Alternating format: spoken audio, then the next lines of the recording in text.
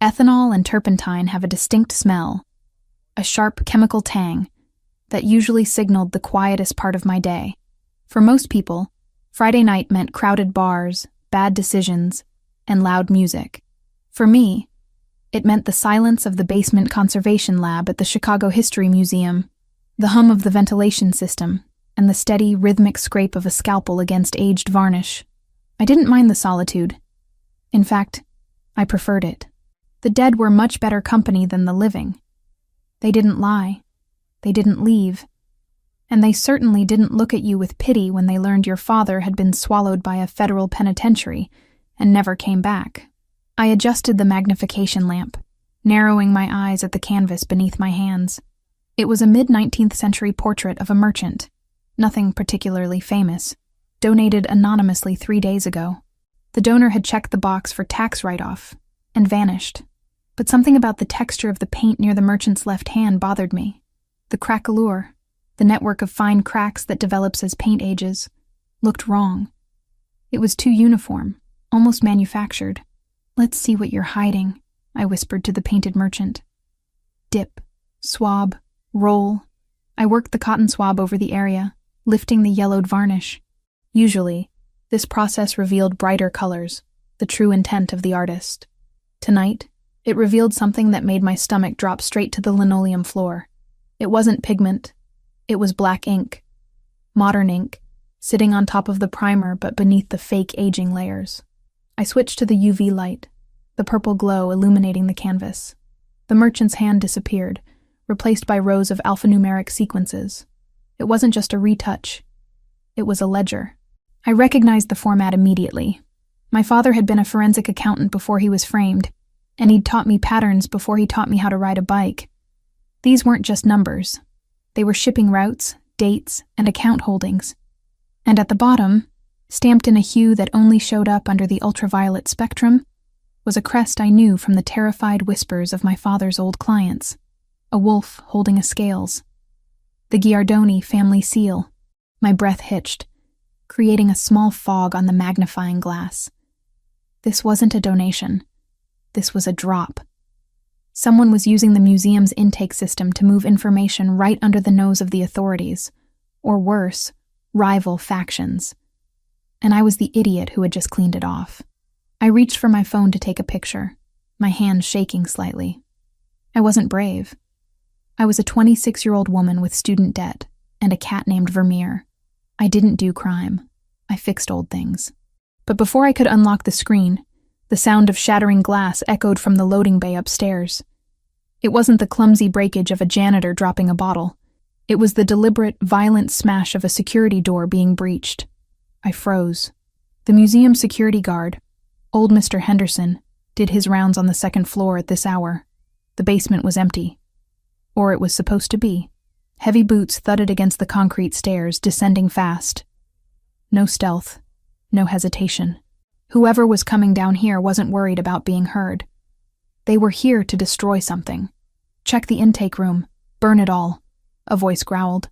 It was deep, rough, and carried an accent I recognized from the news, the O'Sullivan faction. Irish mob. They weren't here for the art. They were here for the ledger I was staring at. And if they found me standing over it, they wouldn't just ask me to step aside. Panic, cold and sharp, tried to seize my legs, but I forced my brain to work. I couldn't run out the main exit. They were blocking the stairs. The freight elevator was too loud. The only way out was the emergency fire exit in the back of the lab, which led to the alley. But to get there, I had to cross the open room. "I smell chemicals," the voice shouted. Closer now. "It's in the lab." I looked at the canvas. If I left it, the evidence would burn. If I took the frame, it was too heavy to run with. I made a choice that made my professional soul scream. I took my scalpel, the blade fresh and razor sharp, and slashed the canvas along the inner edge of the stretcher bar. The tearing sound seemed deafening in the quiet lab. I ripped the painted linen free, rolling it haphazardly into a tight tube, cracking the paint I would usually spend months preserving. The door to the lab kicked open just as I shoved the rolled canvas into the deep inner pocket of my utility jacket. 3 men spilled in. They wore ski masks and dark tactical gear, carrying distinct red jerry cans. Accelerant. They weren't just going to burn the painting. They were going to torch the whole room to cover their tracks. One of them saw me. He raised a handgun without a second thought. Witness. I didn't wait to beg. I didn't wait to explain. I slammed my hand onto the big red button on the wall next to me. The halon fire suppression system. In a modern museum lab, water damages art. So we use gas. Halon displaces oxygen instantly. It sucks the air out of the room to starve a fire. It also starves people. A deafening hiss erupted from the ceiling nozzles as the gas deployed. The man fired, but the shot went wild, shattering a beaker of acetone near my head as the sudden pressure change and the white fog disoriented him. "Gas! Mask up!" he screamed, choking. They fumbled for equipment they hadn't expected to need. I didn't have a mask, but I knew the room. I held my breath, my lungs already burning, and sprinted through the blinding white chemical fog toward the rear exit. My shoulder clipped a metal shelving unit, sending trays of pigments crashing down. But the noise was swallowed by the hissing gas. I hit the crash bar of the emergency door with my full weight. It flew open, and I spilled out into the alleyway, gasping for air. The Chicago night air was freezing, a wet slap against my flushed skin. Rain poured down in sheets, instantly soaking my hair and clothes, mixing with the chemical residue on my skin. I coughed violently, my throat raw from the trace amounts of gas I'd inhaled. I scrambled up from the wet asphalt, clutching the jacket pocket where the canvas sat against my ribs. I needed to get to the main street. I needed a cop. I needed to disappear. I turned to run toward the street lamp at the end of the alley, but a pair of blinding headlights flared to life, pinning me against the brick wall of the museum. I threw my hands up to shield my eyes, my heart hammering against my sternum like a trapped bird. It was a black sedan, massive and sleek, idling with a low, predatory rumble. A Maybach. The rear door opened. A man stepped out. He didn't run. He didn't seem to care about the rain that was ruining what looked like a $5,000 Italian suit. He opened a large black umbrella, the motion smooth and controlled, and walked toward me.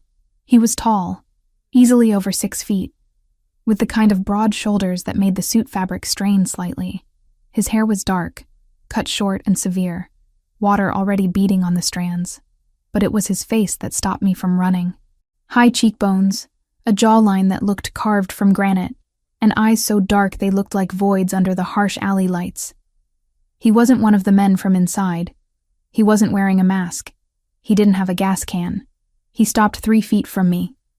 He looked at the open door behind me, where wisps of halon gas were still escaping into the rain, then looked back at me. He scanned my face, noting the fear, the scalpel I was still gripping in my right hand, and the protective way I held my left arm over my jacket pocket. "You have nimble hands, Ms. Mitchell," he said. His voice was a low baritone, calm, devoid of the chaos that was currently ruining my life. He knew my name. "Who are you?"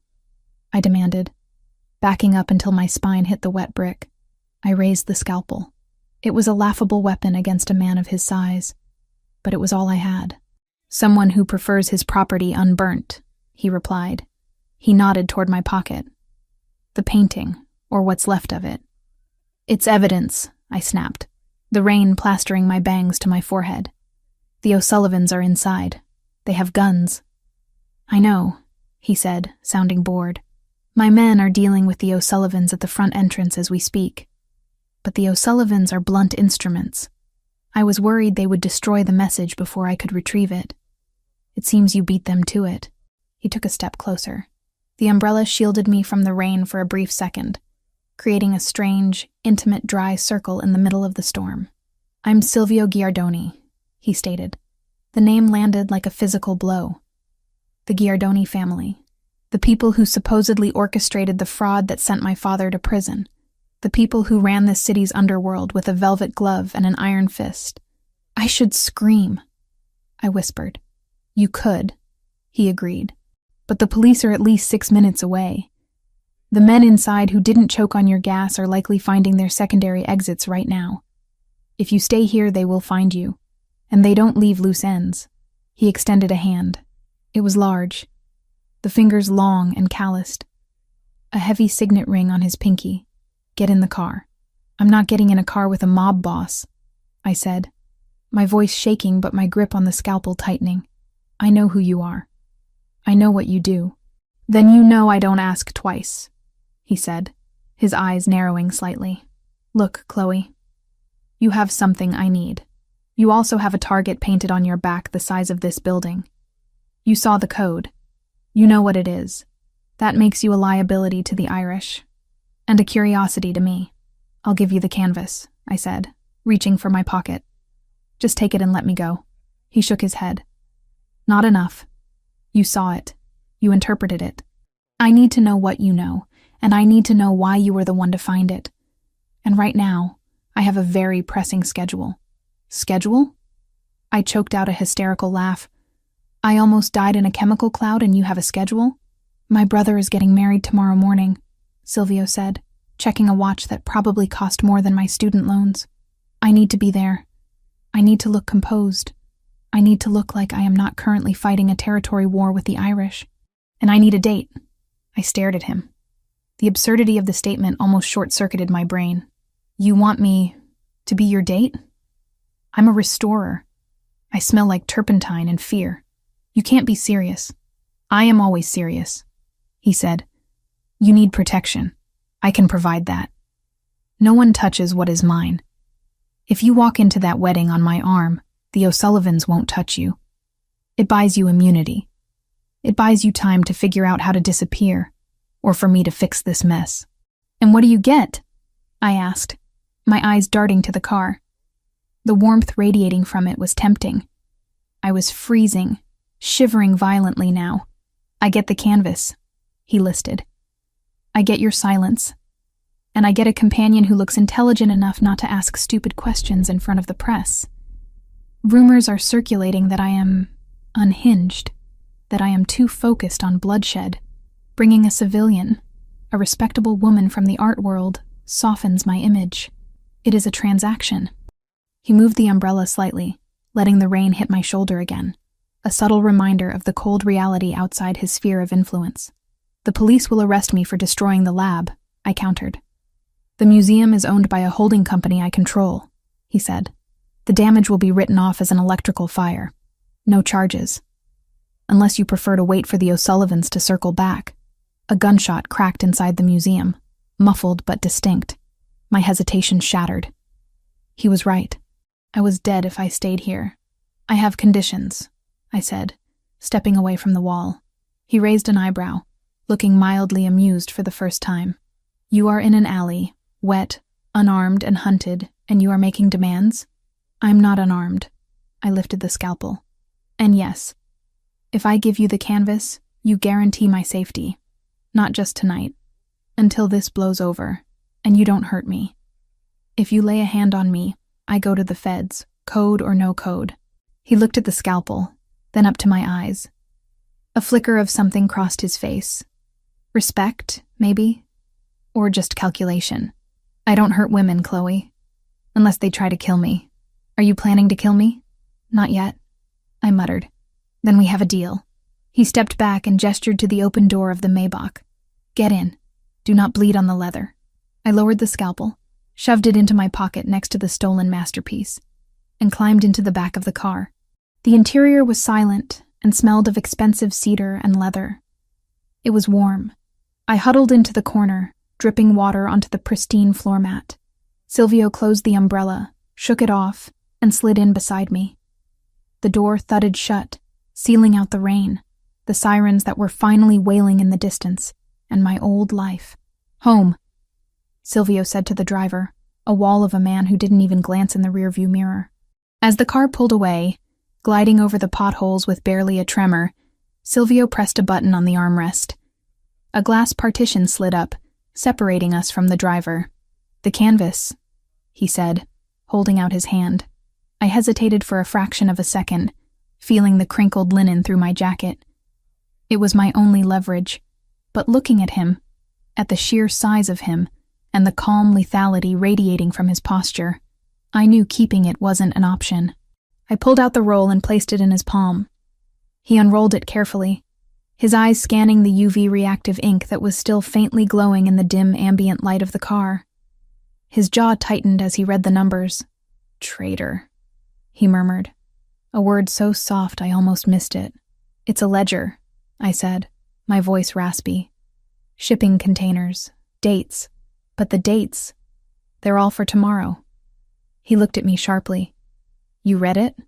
"I have a near eidetic memory for numbers," I lied. It wasn't eidetic, just trained, but he didn't need to know that. "The shipment is coming in during the wedding. That's why they wanted it destroyed. It's not just a record of the past. It's the schedule for a coup." Silvio rolled the canvas back up, his grip tightening around it until his knuckles turned white.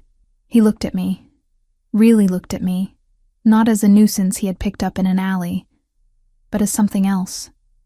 A variable he hadn't accounted for. "You are surprisingly useful, Ms. Mitchell," he said. He reached into a compartment and pulled out a clean, dry towel. He tossed it to me. "Dry your hair. You look like a drowned rat. And we have a very early start tomorrow."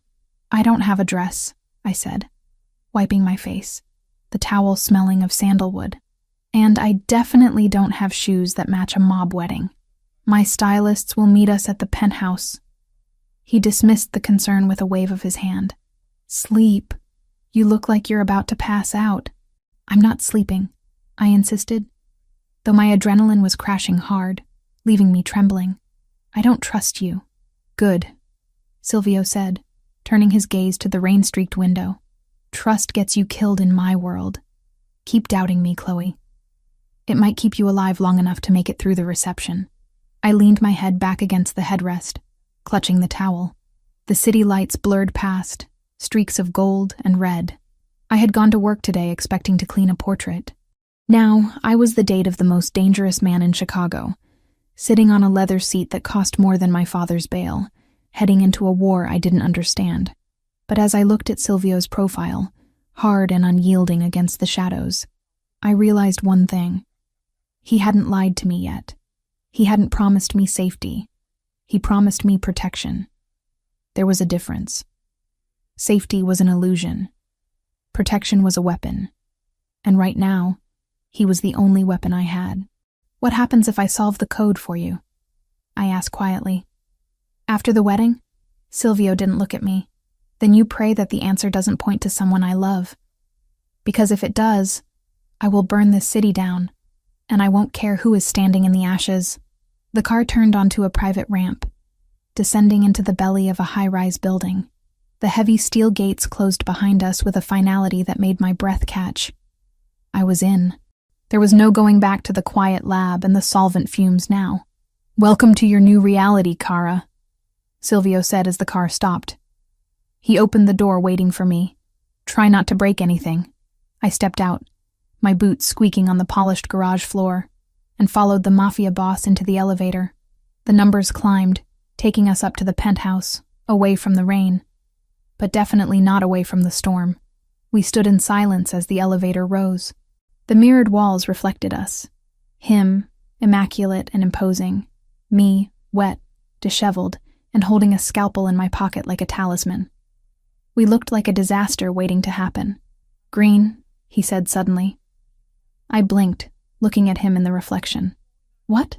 "For the dress tomorrow," Silvio said, his eyes meeting mine in the glass. "Green.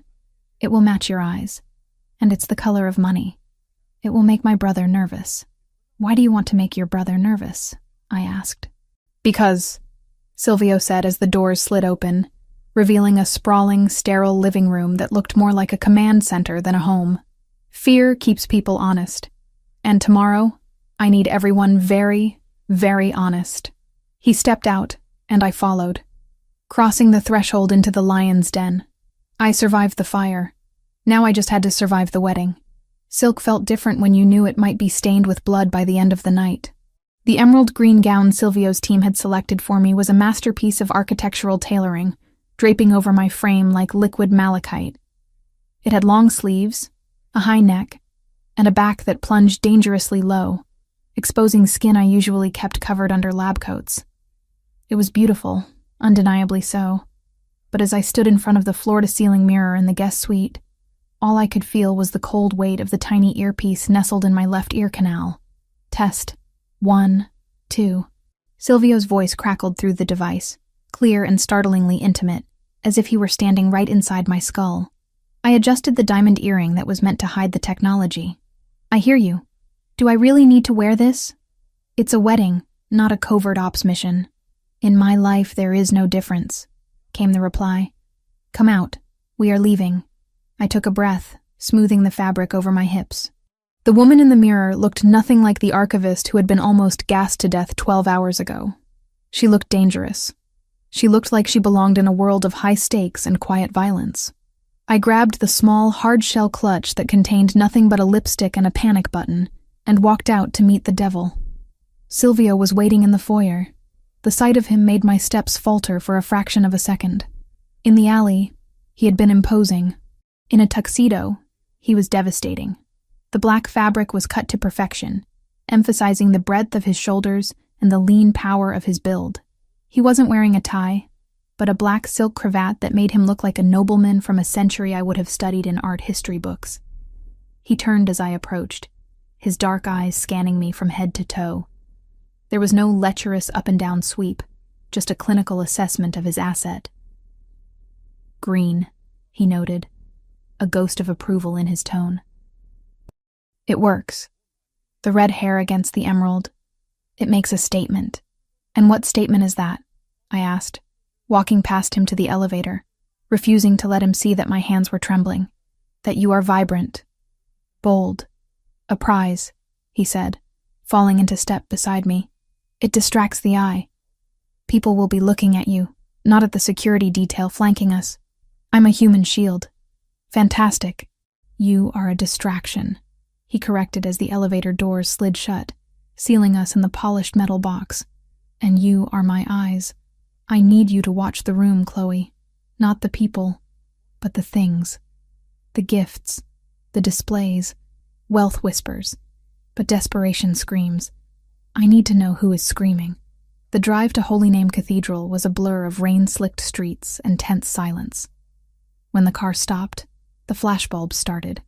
Even through the tinted windows, the strobe light effect of the paparazzi was blinding. Stay close to me, Silvio ordered. He didn't offer his arm. He took mine, tucking it securely against his side. His grip was firm, grounding. Head up. You belong here because I say you belong here. The doors opened, and the noise hit us. A wall of shouting reporters and curious onlookers.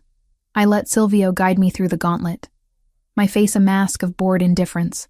Inside the cathedral, the chaos vanished, replaced by the heavy, suffocating scent of frankincense and expensive lilies. The pews were filled with the kind of people who ran Chicago. Politicians, judges, business tycoons, and men whose suits fit too well, and whose eyes moved too much. The air was thick with tension. This wasn't just a union of two people. It was a merger of empires. We walked down the side aisle. I felt eyes on me. Curious, assessing, jealous. But the real storm broke when we reached the front, where the groom was waiting. Marco Giardoni looked like a younger, softer version of Silvio.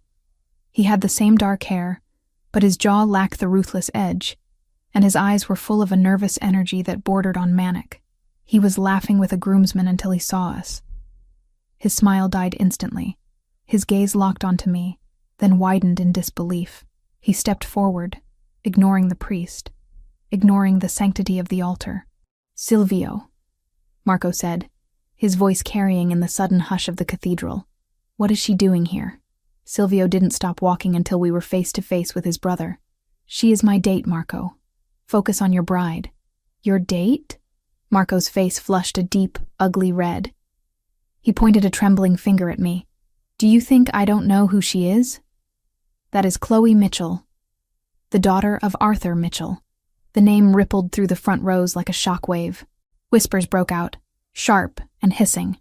The accountant, the thief, the traitor. My spine stiffened. My father hadn't stolen a dime. He had been the fall guy for a massive internal embezzlement scheme he had tried to expose. But to these people, He was the rat who had nearly brought the Giardoni Empire down 20 years ago. "Get her out of here," Marco hissed, stepping closer, his hands clenched into fists. "This is an insult. On my wedding day, you bring the spawn of the man who stole millions from us?" I felt the urge to shrink, to apologize, to run. It was the reaction I had been trained for, to de-escalate, to disappear. But then I felt Silvio's hand move from my arm to the small of my back. It wasn't a push. It was a wall. He was standing between me and the room's hostility. "Careful, brother," Silvio said. His voice wasn't loud, but it had a timbre that cut through the murmurs like a blade. "You are speaking to my guest." "She is the daughter of a rat," Marco spat. "She is under my protection," Silvio stated, his tone dropping an octave, becoming absolute zero. "And she is with me, which means she is family. Unless you are telling me that you question my judgment in my own house?" The threat hung in the air, heavy and suffocating. Marco looked at Silvio, then at the gathered captains and associates watching the exchange with rapt attention. To challenge Silvio now would be a declaration of war. Marco swallowed hard, his Adam's apple bobbing. He glared at me with pure, unadulterated hatred, but he stepped back. "This isn't over," Marco muttered. "It never is," Silvio replied smoothly. He guided me to the front pew, right behind the family section. "Sit." I sank onto the velvet cushion, my heart hammering against my ribs so hard I thought the fabric of my dress would vibrate. "You didn't tell me your brother knew my face," I whispered furiously, staring straight ahead at the crucifix. I needed to see how he would react. Silvio murmured back, leaning close enough that his breath brushed my ear. To an observer, it looked like a lover's confidence. Genuine anger. "He didn't know you were coming. That means he isn't the one who hired the O'Sullivans to kill you last night. If he wanted you dead, he wouldn't be shouting. He would be smiling." "So I'm bait," I concluded. "Again. You are a catalyst, Chloe. Enjoy the ceremony." The wedding was a blur of Latin chants and operatic solos. I couldn't focus on the vows. I was too busy scanning the perimeter, analyzing the faces of the men standing near the exits. The earpiece remained silent, which was the only comfort I had. The reception was held at the Peninsula Hotel, in a ballroom that dripped with crystal and gold leaf. It was a scene of aggressive opulence. Waiters moved like synchronized swimmers, pouring vintage champagne and serving hors d'oeuvres that cost more than my weekly grocery budget. Silvio kept me tethered to him. We moved through the crowd, and I played my part. I smiled. I nodded. I let him introduce me to men who undoubtedly had bodies buried in the foundations of the buildings they owned. But my eyes were constantly moving, dissecting the room as if it were a damaged fresco. "Tell me what you see," Silvio commanded softly, as we stood near a towering ice sculpture of a swan. "Structural instability," I murmured, taking a sip of sparkling water. "Not the building, the alliances. The man in the gray suit by the bar. He's sweating, and he keeps checking the time. He's terrified of someone. And that woman in the red dress, she's wearing a Van Cleef necklace that's a knockoff. The setting is too bulky. If the wife of a capo is wearing fake jewelry, cash flow is a problem." Silvio's lips quirked upward. "That is Vinny the Hammer. And yes, he has gambling debts. Good eye. I look for flaws for a living," I reminded him. "Perfection is usually a lie." A commotion near the head table drew our attention. It was the presentation of gifts. Traditionally, the families exchanged significant tokens of wealth to seal the bond. Marco stood with his new bride, a waif-like brunette named Elena Vertiani. Her father, Don Vertiani, a heavy-set man with a florid face, was gesturing grandly to a veiled easel. "A gift for my new son," Vertiani boomed, his voice slurred with too much wine. "From my private collection. A lost masterwork, returned to the light." He pulled the velvet sheet away. The crowd gasped politely. It was a painting of the Madonna and Child, stylized in the manner of the High Renaissance. The colors were vibrant, lapis lazuli blues and vermilion reds. "A Raphael," Vertiani announced proudly. Authentication papers included. Silvio stiffened beside me. "A Raphael? Vertiani barely has enough liquidity to pay his soldiers. How did he afford a $50 million painting?" I stepped closer. narrowing my eyes. The crowd was applauding, but my brain shifted into professional mode. I ignored the subject matter and focused on the technical details. The lighting in the ballroom was designed to flatter people, not art, but it was enough. I tugged on Silvio's sleeve. We need to get closer. He maneuvered us through the throng until we were only a few feet away. I studied the painting, while Marco shook his father-in-law's hand vigorously. The blue of the Madonna's robe. It was too flat. Lapis lazuli in the 16th century had a specific crystalline structure that caught the light in a way modern pigments didn't. And the cracks. The craquelure on the surface.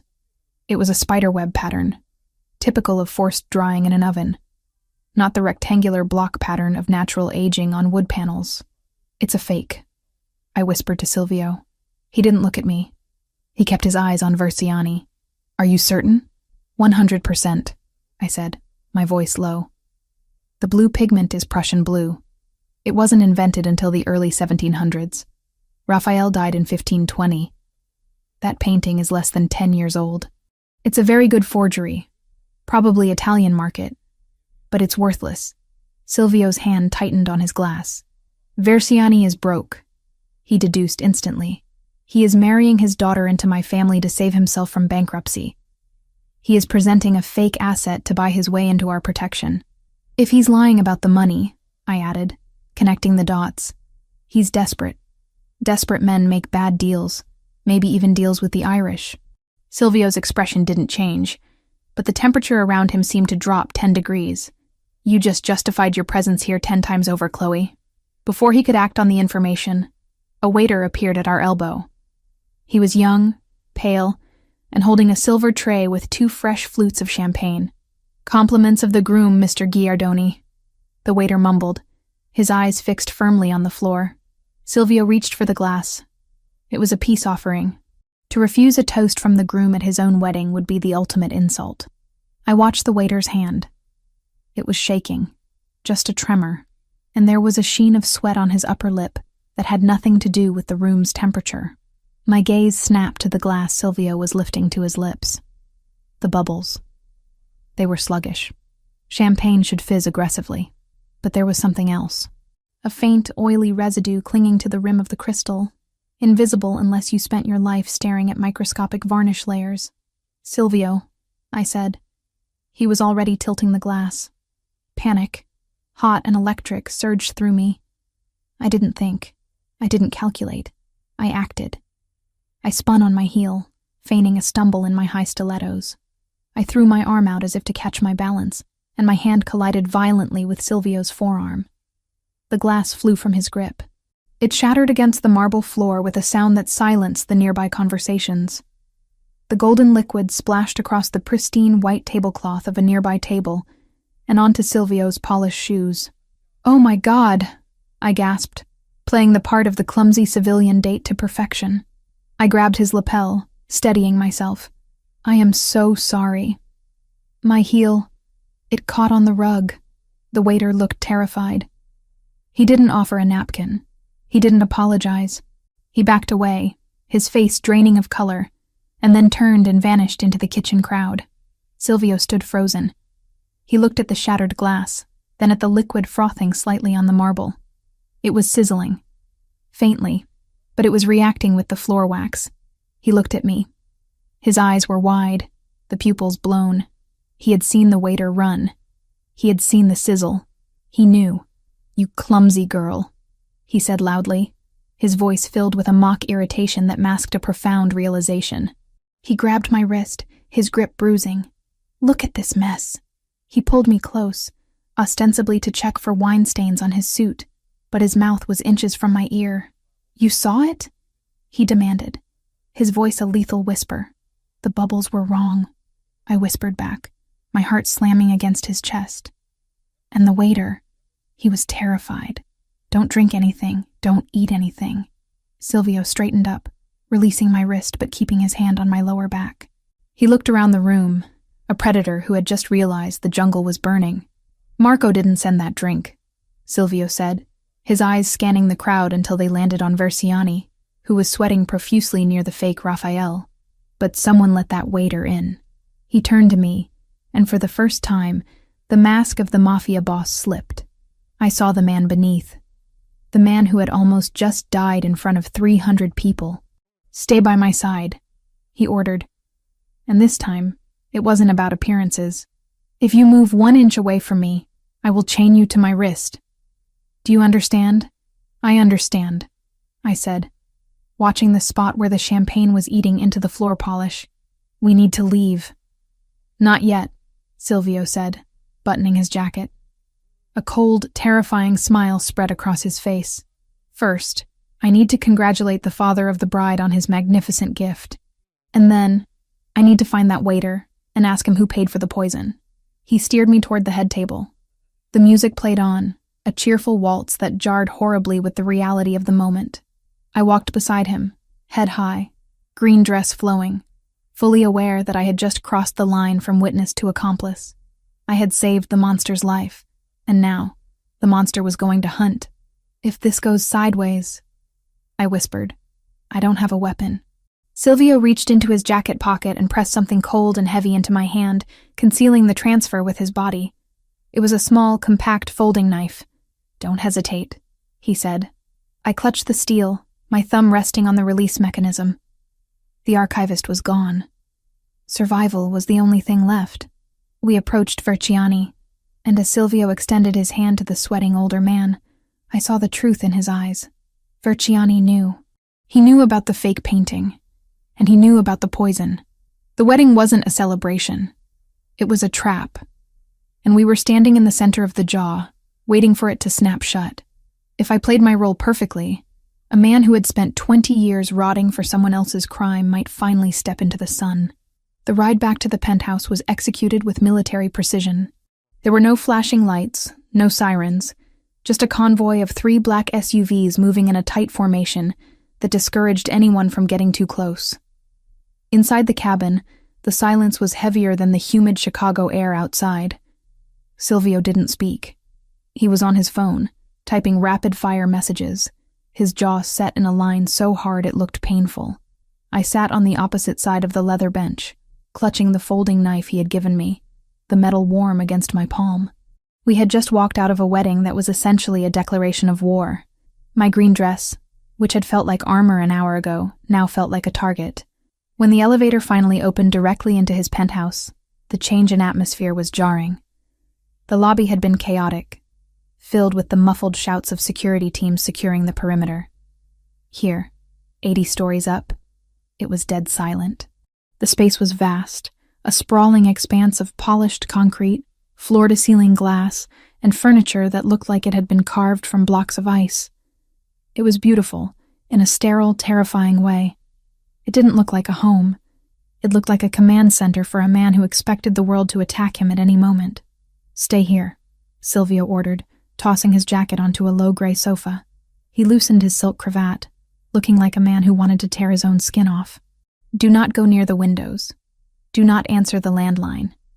If the security panel by the door turns red, you go into the panic room behind the library bookshelf, and you lock it from the inside." "Where are you going?" I asked, my voice echoing slightly in the empty room. "To clean up the mess," he said, checking the clip of a handgun he had pulled from a drawer in the entryway console. "The waiter who served the champagne is currently being debriefed. I need to know who paid him before the trail goes cold." "It was Verciani," I said, stepping forward. "You saw his face." "I know it was Verciani," Silvio snapped, his eyes flashing with a cold, contained violence. "But Verciani is a coward. He doesn't have the spine to poison a Giardoni on his own. Someone gave him the courage, and someone gave him the poison. I'm going to find out who." He walked to the elevator, punched a code, and the doors began to slide shut. "Silvio," I called out. He paused, his hand on the sensor. "I need a computer," I said. "And I need access to your family's shipping archives from the last 20 years. He stared at me, his brow furrowing. "Why?" "Because while you're out there breaking fingers to get answers, I can find the money trail without leaving this room," I told him, keeping my chin high. "The painting in the lab, the fake Raphael at the wedding, the numbers. It's all connected to the Port Authority. If Verciani is broke, he's moving something illegal to get liquid cash fast." The code I found. I think I can crack the location. For a second, I thought he would refuse. I thought he would tell me to sit down and look pretty like a good little hostage. But Silvio Giardoni was a pragmatist before he was a misogynist. "I'll authorize the terminal in the dining room," he said. "Don't make me regret giving you the password." The doors closed, and I was alone in the fortress. I didn't waste time exploring. I kicked off the emerald satin heels, leaving them where they fell, and walked barefoot across the cold concrete to the massive dining table. It was a slab of volcanic rock, sleek and black. A laptop sat at one end, looking incongruously modern against the prehistoric stone. I sat down, the silk of my dress pooling around me, and woke the screen. A prompt appeared. Biometric or passcode required. A moment later, a message popped up on the screen. Access granted. User, Guest Mitchell. Restricted clearance. Restricted, I muttered. We'll see about that. I wasn't a hacker, but I was an archivist. My entire career was built on finding things that people had tried very hard to hide within mountains of boring data. I pulled the digital image of the painting I had scanned with my phone in the car, before Silvio had taken the original canvas. The numbers were glowing in the photo, stark against the UV light. 89 to 22 Alpha NC 44. It looked like a coordinate, or maybe a serial number. I opened the Giardoni shipping database. It was a labyrinth of shell companies, legitimate imports of olive oil and marble, and less legitimate imports of automotive parts. I started cross-referencing. The NC likely stood for North Cargo, a terminal that had been decommissioned in the late 90s. My father had mentioned it once in his journals, the place where the ghost ships docked. Ships that didn't appear on the official harbor master's log. I worked for hours. The sun began to set, turning the gray penthouse into a box of orange and violet shadows. But I didn't turn on the lights. The glow of the monitor was enough. I felt a strange, manic clarity. This was what I did. I restored order to chaos. I took fragmented, damaged history and made it whole again. My stomach growled, reminding me I hadn't eaten since the protein bar I'd had before the museum shift yesterday, but I ignored it. I was close. The pattern was in the dates. Every time a fake art transaction occurred, like the Raphael today, there was a corresponding shipping container logged as empty return entering the North Cargo terminal, exactly 48 hours later. Verziani wasn't just selling fake art to get money. He was using the art auctions to launder the payment for something coming in. Weapons, I whispered to the empty room. Or people. A heavy thud from the entryway broke my concentration. I spun around in the chair, my hand instinctively going to the clutch on the table where the knife was hidden. The elevator doors were open. Silvio walked in. He looked terrible. The pristine tuxedo was gone. He was in a white dress shirt that was unbuttoned at the collar, the sleeves rolled up to his elbows. But the white cotton was ruined. A dark, wet stain was spreading across his left side, just above the hip, and there was a smear of blood on his cheekbone that wasn't his. He walked with a slight limp, favoring his left leg. "Silvio!" I stood up, the chair scraping loudly against the floor. "Sit down," he rasped, waving a hand dismissively. He walked straight to the wet bar, poured a glass of amber liquid that looked like whiskey, and downed it in one swallow. He grimaced, gripping the edge of the bar until his knuckles turned white. "You're bleeding," I said, ignoring his order and walking toward him. "It's a graze," he said, pouring another drink. The waiter had friends. They were waiting in the alley behind the hotel. "Did you—" I let the question hang. "They won't be serving poison to anyone else," he said flatly. He turned to look at me, his eyes heavy with exhaustion, but burning with that same intense intelligence. "Did you find anything? Or did you just browse my family history?" "I found everything," I said, stopping a few feet from him. The smell of copper, gunpowder, and expensive scotch was overwhelming. "But you need to sit down before you bleed out on your rug. I have a doctor on retainer," he muttered, but he swayed slightly. "A doctor who will ask questions," I countered. "And right now, you don't know who to trust. If Verziani got to the waiter, he might have gotten to your medical staff too." Silvio stared at me. He looked at the blood soaking through his shirt, then back at my face. He seemed to be weighing the risk. Finally, he let out a short, cynical laugh. "You're a restorer," he said. "You fix paintings. Do you think I am a piece of canvas?" "Flesh is easier than canvas," I said, my voice steady despite my racing heart. "Canvas doesn't heal itself." "You do. I just need to close the gap. Sit down, Silvio." He hesitated for one more second, then walked over to the leather sofa and sat heavily. He hissed in pain as he leaned back. "There's a first aid kit in the bathroom under the sink," he directed, closing his eyes. "It's a trauma kit. Use the good stuff." I ran to the bathroom. It was more like a spa, all marble and chrome. I found the kit. It was military grade. Sutures, coagulant gauze, antiseptic, lidocaine. I grabbed everything and ran back. Silvio had unbuttoned his shirt, exposing his torso. He was lean and corded with muscle, his skin tanned and marked with a few faint white lines of old scars. Knives, maybe, or wire. But the fresh wound was ugly. A bullet had grazed his side, carving a deep furrow through the muscle but missing the bone and vital organs. It was bleeding sluggishly but constantly. I knelt beside him on the floor, my green dress spreading around me like a pool of water. "This is going to hurt," I said, putting on a pair of nitrile gloves from the kit. "Just do it," he gritted out, staring at the ceiling. I cleaned the wound with saline and antiseptic. He didn't flinch, but his abdominal muscles spasmed under my fingers. It was an intimate, visceral sensation, touching the source of his power and his vulnerability simultaneously.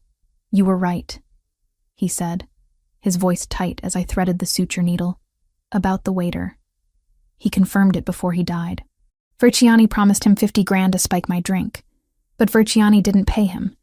The money came from an offshore account linked to the O'Sullivans. Hold still," I murmured. I pierced the skin. Silvio took a sharp breath through his nose but didn't make a sound. I worked quickly, using the same precise small stitches I used to repair torn linen fibers on 17th century tapestries. Close the gap. Align the edges. Restore the integrity of the surface. "Why are you doing this?" he asked suddenly. He wasn't looking at the ceiling anymore. He was looking down at me. I didn't look up.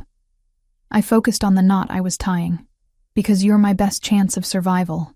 If you die, I'm left alone in this penthouse until your enemies come to finish the job." "Pragmatic," he noted. "I like that. Most women would be crying or asking me if I was in pain. Pain is information," I said, snipping the thread. "It tells you you're still alive. And crying doesn't stop bleeding." I applied a sterile pad and taped it down. "Done. It's clean. Keep it dry." I peeled off the gloves and sat back on my heels, finally meeting his gaze. He was watching me with an intensity that made the air in the room feel thin. There was no gratitude in his eyes, but there was recognition. He saw me. Not the accessory, not the liability. The partner. "Now," he said, buttoning his ruined shirt halfway up. "Tell me what you found." I stood up and walked to the dining table, picking up the laptop. I brought it to him, sitting on the coffee table opposite the sofa. "The code on the painting," I explained, turning the screen so he could see the map I had pulled up. "It's a substitution cipher based on shipping container IDs. The numbers correspond to dates. Tomorrow night, at 0300 hours, a container is scheduled to arrive at Terminal 4. That's the North Cargo Terminal." Silvio frowned. "Terminal 4 has been shut down for years. It's a rusted heap. Nothing docks there." "Exactly," I said. "That's why it's perfect. It's a ghost terminal. But the O'Sullivans have reactivated the crane protocols. I found the power spikes in the city grid. They're bringing something in, Silvio. Something big enough that they needed to buy off the Port Authority and marry into your family to cover the noise." Silvio leaned forward, ignoring the pain in his side. He studied the data, his eyes darting across the columns of numbers. "Not drugs," he muttered. "Too much risk for a dead terminal. And not weapons. We have plenty of those." He pointed to a column I had highlighted in red. "What is this?" "That," I said, "is the weight discrepancy. The manifest says marble statuary, but the crane load sensors from the last shipment, the one that corresponds to the fake Raphael, registered a weight that fluctuates. Marble doesn't fluctuate. Marble doesn't move. Silvio looked at me, his face hardening into stone. People. Human trafficking? I felt a wave of nausea. No. Silvio shook his head slowly. Soldiers. They aren't bringing in victims, Chloe. They are bringing in an army. The O'Sullivans are importing mercenaries from overseas. Men with no records, no fingerprints, and no hesitation. They are building a hit squad to wipe out my family in one night. The silence that followed was deafening. If he was right, the wedding wasn't just a trap. It was a distraction while the real invasion force arrived at the docks. We have to call the police, I said. Though I knew as soon as the words left my mouth how stupid they sounded. Silvio gave me a look that was almost pitying. The police? Who do you think cleared the zoning permits for a closed terminal to be active again? The chief of police was at the wedding. He was eating cake while I was almost poisoned. He stood up, groaning slightly as his side protested. He walked to the window, looking out at the city of light spread below us. A kingdom he was about to lose. We are alone, he said. My brother is compromised by his wife's family. My captains are scattered. If I call for a mobilization now, the rat, whoever gave Versiani the order, will know I survived and they will accelerate the timeline. So what do we do? I asked, standing up. I was still wearing the green dress, still barefoot, but I felt different. I wasn't just an observer anymore. I was the one holding the map. Silvio turned back to face me. The shadows cast sharp angles across his face. We go to the source, he said. We go to Terminal 4. We intercept the shipment before it unloads. We? I stepped back. No, absolutely not. I did my part. I decoded the message. I stitched you up. I am not going to a haunted dock to fight an army of mercenaries. You have to, Silvio said, his voice calm and unyielding. Because the encryption key for the container locks changes every hour. It's based on the painting's algorithm. You are the only one who can calculate it in real time. If we try to blow the doors, the fail-safes will sink the container. We need to open it quietly to get the proof I need to expose the O'Sullivans to the commission. I am an archivist, I shouted, the stress finally cracking my composure. I restore art. I don't break into shipping containers. Silvio crossed the distance between us in 2 strides. He didn't touch me, but he stood close enough that I could feel the heat radiating from his body. You are not just an archivist anymore, Chloe, he said low and rough. You are the woman who saved my life twice in 12 hours. You are the only person in this city I know isn't trying to sell me out. I need you, not as a hostage, as a partner. He held out his hand. The same hand that had held a gun. The same hand that had offered me safety in the rain. Help me stop this, he said. Help me save my family. And I swear on my mother's grave, I will give you anything you want. Freedom, money, a new identity. Anything. I looked at his hand. Then I looked at the knife still clutching in my left hand. I thought about my father, rotting in a cell because he didn't have the power to fight back. I thought about the men in the museum with the gas cans.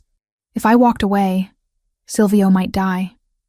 And if he died, the O'Sullivans would come for me anyway. There was no out. There was only through. I took a deep breath, the scent of his cologne and antiseptic filling my lungs. I don't want a new identity, I said, placing my hand in his. His grip was warm and solid. I want my father's name cleared, and I want to burn the people who framed him. Silvio's fingers closed around mine, a pact sealed in blood and desperation. Then get your shoes, Piccola, he said, a dangerous light igniting in his eyes. We have a shipment to intercept. I turned back to the table, grabbed the laptop, and shoved my feet back into the killing heels. I wasn't ready. I was terrified. But as I walked toward the elevator next to the most dangerous man in Chicago, I realized something terrifying. I wasn't trembling anymore. The silence of the industrial district was deceptive. It wasn't the peaceful quiet of a library or a museum after hours. It was the held breath of a predator waiting to strike. The port of Chicago stretched out before us, like a graveyard of steel and rust, a labyrinth of stacked shipping containers that blotted out the city skyline. The air here tasted different, heavy with diesel fumes, rotting algae, and the metallic tang of salt water. Silvio killed the engine of the SUV a mile away from the entrance to Terminal 4. The headlights died, plunging us into darkness. "This is as close as we get," he said, his voice low. He reached into the back seat and pulled out a tactical vest. He winced as he shrugged it on over his dress shirt, the Kevlar pulling tight against the fresh stitches in his side. I watched him check his weapon, a matte black pistol that looked terrifyingly efficient in his hands. He didn't look like a businessman anymore. He looked like a soldier going to war. "You stay in the car," he ordered, checking the sightline through the windshield. "Lock the doors. If I'm not back in 20 minutes, you drive away. You don't look back. You go straight to the federal building and you ask for Agent Miller. He's the only one on the payroll who isn't ours or theirs." I looked at him, then down at my satin heels. "We've been over this, Silvio. You can't open the container without me. The algorithm changes based on the title charts and the date of the original painting's creation. It's a rolling cipher. Unless you have a degree in Renaissance numerology and the current shipping manifests memorized, you're just going to set off the silent alarm. I can blow the lock," he countered, though his face was pale. The blood loss from earlier was affecting him more than he admitted. "And trigger the scuttling charges?" I reminded him, repeating the intel we had found on the laptop. "The O'Sullivans rigged the container to sink if forced. You lose the evidence, you lose the war. You need me." Silvio stared at me for a long moment, his eyes searching mine for any sign of hesitation. He must have seen something that satisfied him. Or maybe he just didn't have the energy to argue. "Stay behind me," he said finally. "If I say run, you run. If I say drop, you drop. Do not try to be a hero." "I'm not a hero," I whispered, opening the door and stepping out into the cold night air. "I'm just tired of being a victim." We moved toward the fence line. I had kicked off the high heels in the car, opting to go barefoot. The ground was cold and littered with sharp gravel and broken glass, but the silence was worth the pain. In the green dress, I felt like a ghost drifting through the wreckage of the industrial age. Silvio moved with a fluid grace that defied his injury. He cut through the chain-link fence with a pair of shears he'd brought, creating a gap just wide enough for us to slip through. We were inside. Terminal 4 was supposed to be dead. The cranes loomed overhead like skeletal dinosaurs, rusted and still. But as we crept deeper into the maze of containers, I saw signs of life. Fresh tire tracks in the mud, a cigarette butt that hadn't fully disintegrated. The O'Sullivans were here. "Third row, fourth stack," Silvio signaled with a hand motion, his voice barely a breath. We hugged the shadows of the containers, moving deeper into the grid. My heart was hammering against my ribs, a frantic rhythm that threatened to drown out the distant sound of water lapping against the pier. Every shadow looked like a gunman. Every creak of metal settling in the cold sounded like a sniper adjusting his aim. We found it. It didn't look special. It was a standard 40-foot container, painted a dull, peeling red, with the ID number TR8922 stenciled in white on the side. But unlike the others, this one had a modern electronic keypad welded over the standard latch mechanism. A small red LED blinked rhythmically, a digital heartbeat warning us away. "This is it," Silvio whispered. He scanned the perimeter, his gun raised. "Work your magic, Chloe. Fast." I stepped up to the keypad. My hands were shaking, but I forced them to still. I closed my eyes for a second, visualizing the painting in the lab, the merchant's hand, the specific pattern of the cracks, the hidden numbers.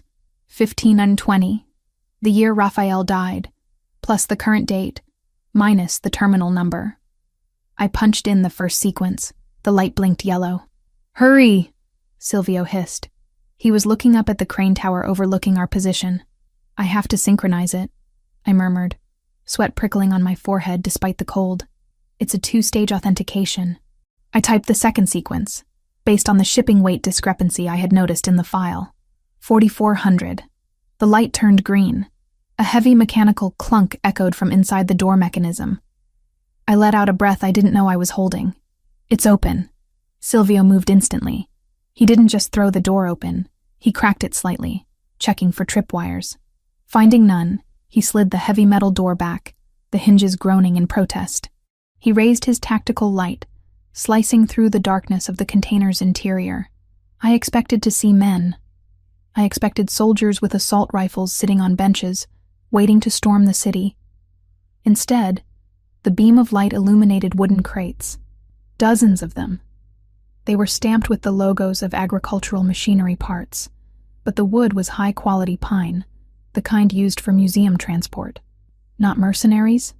Silvio asked, stepping inside, his gun still raised. No, I said, following him. The smell inside was distinct. Sawdust and old canvas. Collateral. I walked to the nearest crate. It had been pried open recently, the lid resting loosely on top. I pushed it aside and shone my phone's flashlight into the box. I gasped. Resting on a bed of velvet and shock-absorbing foam was a golden statuette, distinctly pre-Columbian. Beside it, a rolled tapestry that looked Flemish. These are stolen, I said, my voice trembling with professional outrage. This isn't just smuggling. This is the O'Sullivan's Reserve Bank. These items, Silvio, this crate alone is worth $10 million on the black market. They aren't paying the mercenaries with cash. They're paying them with liquid assets that can't be frozen by the feds. It's their war chest, Silvio realized, holstering his weapon to rip open another crate. If we take this, they can't pay the army they hired. The invasion stops before it starts. Wait, I said, spotting a smaller flat metal box tucked between two larger crates. It looked like a lockbox, the kind used on ships for captain's logs. I pulled it out. It wasn't locked. I flipped the latch and opened it. Inside wasn't gold or jewels. It was a stack of leather-bound notebooks, old ones. I picked up the top one. The handwriting was meticulous, slanted, and painfully familiar. This is my father's handwriting, I choked out. Silvio froze. He turned to me, the shadows of the container casting long lines across his face. What? I opened the book, my fingers tracing the ink. It's a shadow log. He kept a duplicate record of every transaction he was forced to sign off on. He didn't steal the money, Silvio. He was tracking where it went. I flipped the pages frantically. Look. Here. Transfer authorized by Capo Versiani under duress. And here. O'Sullivan account linked to shell company in the Caymans. Tears pricked my eyes, hot and sudden. He was building a case. He was going to come to your father with this. That's why they framed him. He wasn't a rat. He was a loyalist who got caught in a coup. Silvio stepped closer, looking down at the book. The realization hit him visible. A physical weight settling on his shoulders. For 20 years, his family had hated a man who had actually tried to save them. We were wrong, Silvio said, his voice rough. My father, he killed the wrong man's reputation. You have to fix this, I said, looking up at him, gripping the book to my chest. You have to clear his name. I will, Silvio promised. He reached out, his hand brushing my cheek, wiping away a smudge of grease. I swear it. We take this book. We take the... Crack. The sound of a high-velocity rifle shot shattered the air. A spark of fire exploded from the metal wall of the container, inches from Silvio's head. Down! Silvio roared. He tackled me. We hit the metal floor of the container hard, the impact jarring the breath from my lungs. A split second later, the air was filled with the deafening ping, ping, ping of automatic fire, strafing the side of the container. They found us! Silvio shouted over the noise, rolling off me and scrambling to a crouch behind a stack of crates. He drew his weapon. Stay low. Keep the book safe. Where are they? I screamed, crawling toward him, the wood of the crates digging into my knees. The crane tower! Silvio returned fire, squeezing off 3 controlled shots through the open door. Snipers! And ground team moving in from the north. He hissed in pain, clutching his side. The tackle had torn his stitches. Fresh blood was already staining the white shirt under his vest. You can't fight them all, I said, looking at the door. The angle of fire was pinning us inside. If we tried to run, we'd be cut down. If we stayed, they'd toss a grenade in and turn this metal box into an oven. I can hold them off, Silvio gritted out, reloading. I need you to make a run for the gap in the fence. Go. I am not leaving you, I yelled back. Chloe, go! No! I looked around frantically. We were trapped. The only exit was the door we came in, and it was a kill zone. My eyes landed on a heavy industrial control panel mounted on the back wall of the container. It had a thick cable running out the back, connecting to the external power supply of the terminal. "The crane," I said, a desperate idea forming. "The container is plugged into the terminal's main grid because of the climate control for the art. If I can reverse the polarity on the external winch." "Speak English." Silvio fired 2 more shots, ducking as a bullet ricocheted off the crate next to his head, sending splinters flying. "The crane overhead." I pointed up. "It's holding a stack of empty containers right above the open space in front of us. If I short the magnetic lock from here, the load drops. You want to drop 5 tons of steel?" "It will create a wall," I shouted. "It blocks their line of sight from the tower and gives us cover to run." "Do it!" Silvio commanded, turning back to the door to lay down suppressive fire. I scrambled to the panel. It was locked with a simple key, but I didn't have a key. I jammed the heel of my palm against the plastic cover, smashing it. I saw the wires, red, blue, ground. I used the folding knife Silvio had given me to strip the casing. Sparks flew, stinging my hands. I needed to bridge the connection to the emergency release. Outside, the shouting was getting closer. "Flank them! Grenade out! Chloe!" Silvio roared. "Almost!" I jammed the knife blade across the 2 main terminals. A massive arc of blue electricity exploded from the panel, throwing me backward. Above us, a metallic screech tore through the night, followed by a thunderous crash that shook the ground like an earthquake. Boom! The stack of containers dropped. The gunfire stopped instantly, replaced by shouts of confusion and the cloud of dust that billowed into our container, choking us. "Move! Now!" Silvio was at my side, hauling me up. We sprinted out the door. The dropped containers had landed exactly where I hoped, creating a chaotic wall of steel between us and the sniper tower. The dust cloud gave us visual cover. We ran. My bare feet bled on the gravel, but I didn't feel it. Silvio was limping heavily now, his arm draped over my shoulder for support, my arm around his waist. We were a 3-legged creature of survival, moving blindly through the industrial maze. We reached the fence line. The SUV was still there, a dark shadow in the night. We practically fell against the side of the car. Silvio fumbled for the keys, dropping them in the dirt. He fell to his knees to get them, his breathing ragged and wet. I grabbed the keys and unlocked the doors. "Get in. I'm driving. I can—" He started to protest, but his face was gray. "Get in the car, Silvio." I shoved him into the passenger seat. I scrambled into the driver's side, cranked the engine, and slammed the accelerator. The tires spun on the gravel before catching traction, and we rocketed away from the terminal just as the first searchlights from the O'Sullivans swept the area where we had been seconds ago. I didn't slow down until we were on the highway, merging into the late-night traffic of Chicago. My hands were shaking so hard on the steering wheel I could barely keep the car in the lane. "We made it," I whispered, the adrenaline crash hitting me like a physical blow. "We actually made it." I glanced over at Silvio. He was slumped against the door, his hand pressed over his wound. But he was watching me. His eyes were burning. "Pull over," he rasped. "What? No. You need a hospital, or a vet, or whatever you use. Pull over, Chloe. Now." There was an urgency in his voice that wasn't about pain.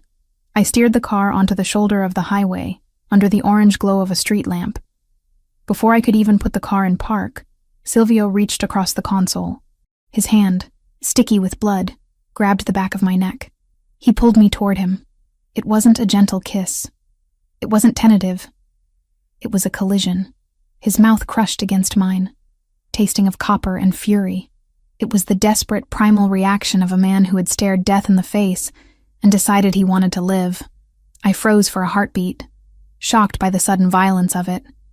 But then the adrenaline spiked again. I kissed him back. I grabbed the lapels of his ruined shirt and pulled him closer, matching his intensity. It was a release of all the terror, the anger, the confusion of the last 24 hours. We broke apart, gasping for air, our foreheads resting against each other. "You," Silvio growled, his voice rough against my lips. "You dropped a building on them." It was a stack of containers. I panted, my eyes closed. "You are insane," he murmured, his thumb stroking my jawline. "And you are magnificent." I opened my eyes. He was looking at me with a raw vulnerability I suspected no one had ever seen. The mask was gone. The Mafia boss was gone. There was just a man, bleeding and amazed, looking at the woman who had saved him. "The book," I said, glancing at the leather journal sitting on the dashboard where I had thrown it. "We have the proof." "We have everything," Silvio corrected. He leaned back, wincing, his energy fading fast. "Drive, Chloe. Take us to the safe house in the woods." "I can't go back to the penthouse. They'll be watching it." "The woods?" I put the car back in gear. "I don't know where that is." "I'll guide you," he whispered, his eyes closing. "Just don't let me fall asleep." "Stay with me, Giardoni," I said, merging back onto the empty road. "You owe me a new dress, and you owe my father a pension."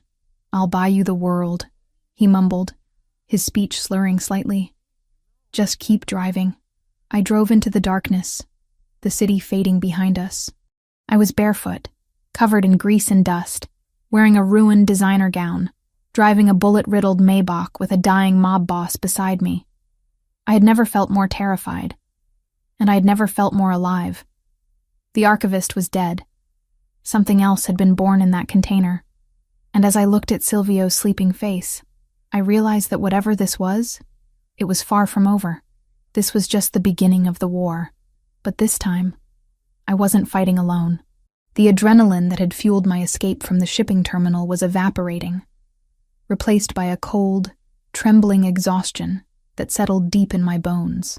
The Maybach, now battered and streaked with mud, hummed steadily as we tore down the dark highway, putting miles between us and the burning wreckage of the O'Sullivan's operation. Beside me, Silvio was fading. His breathing had turned shallow, a wet, rasping sound that terrified me more than the gunfire had.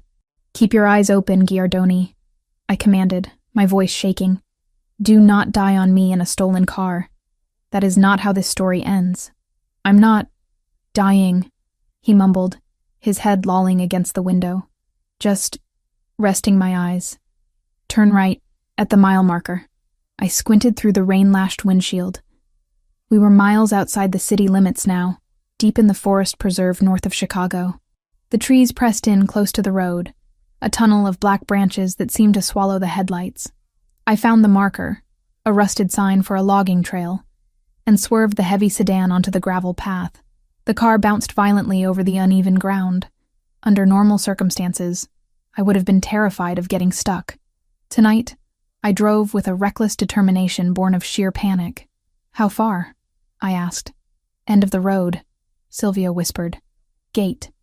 Code is 1984. "Orwell? Really?" I let out a hysterical breath of a laugh. "My birth year," he corrected dryly.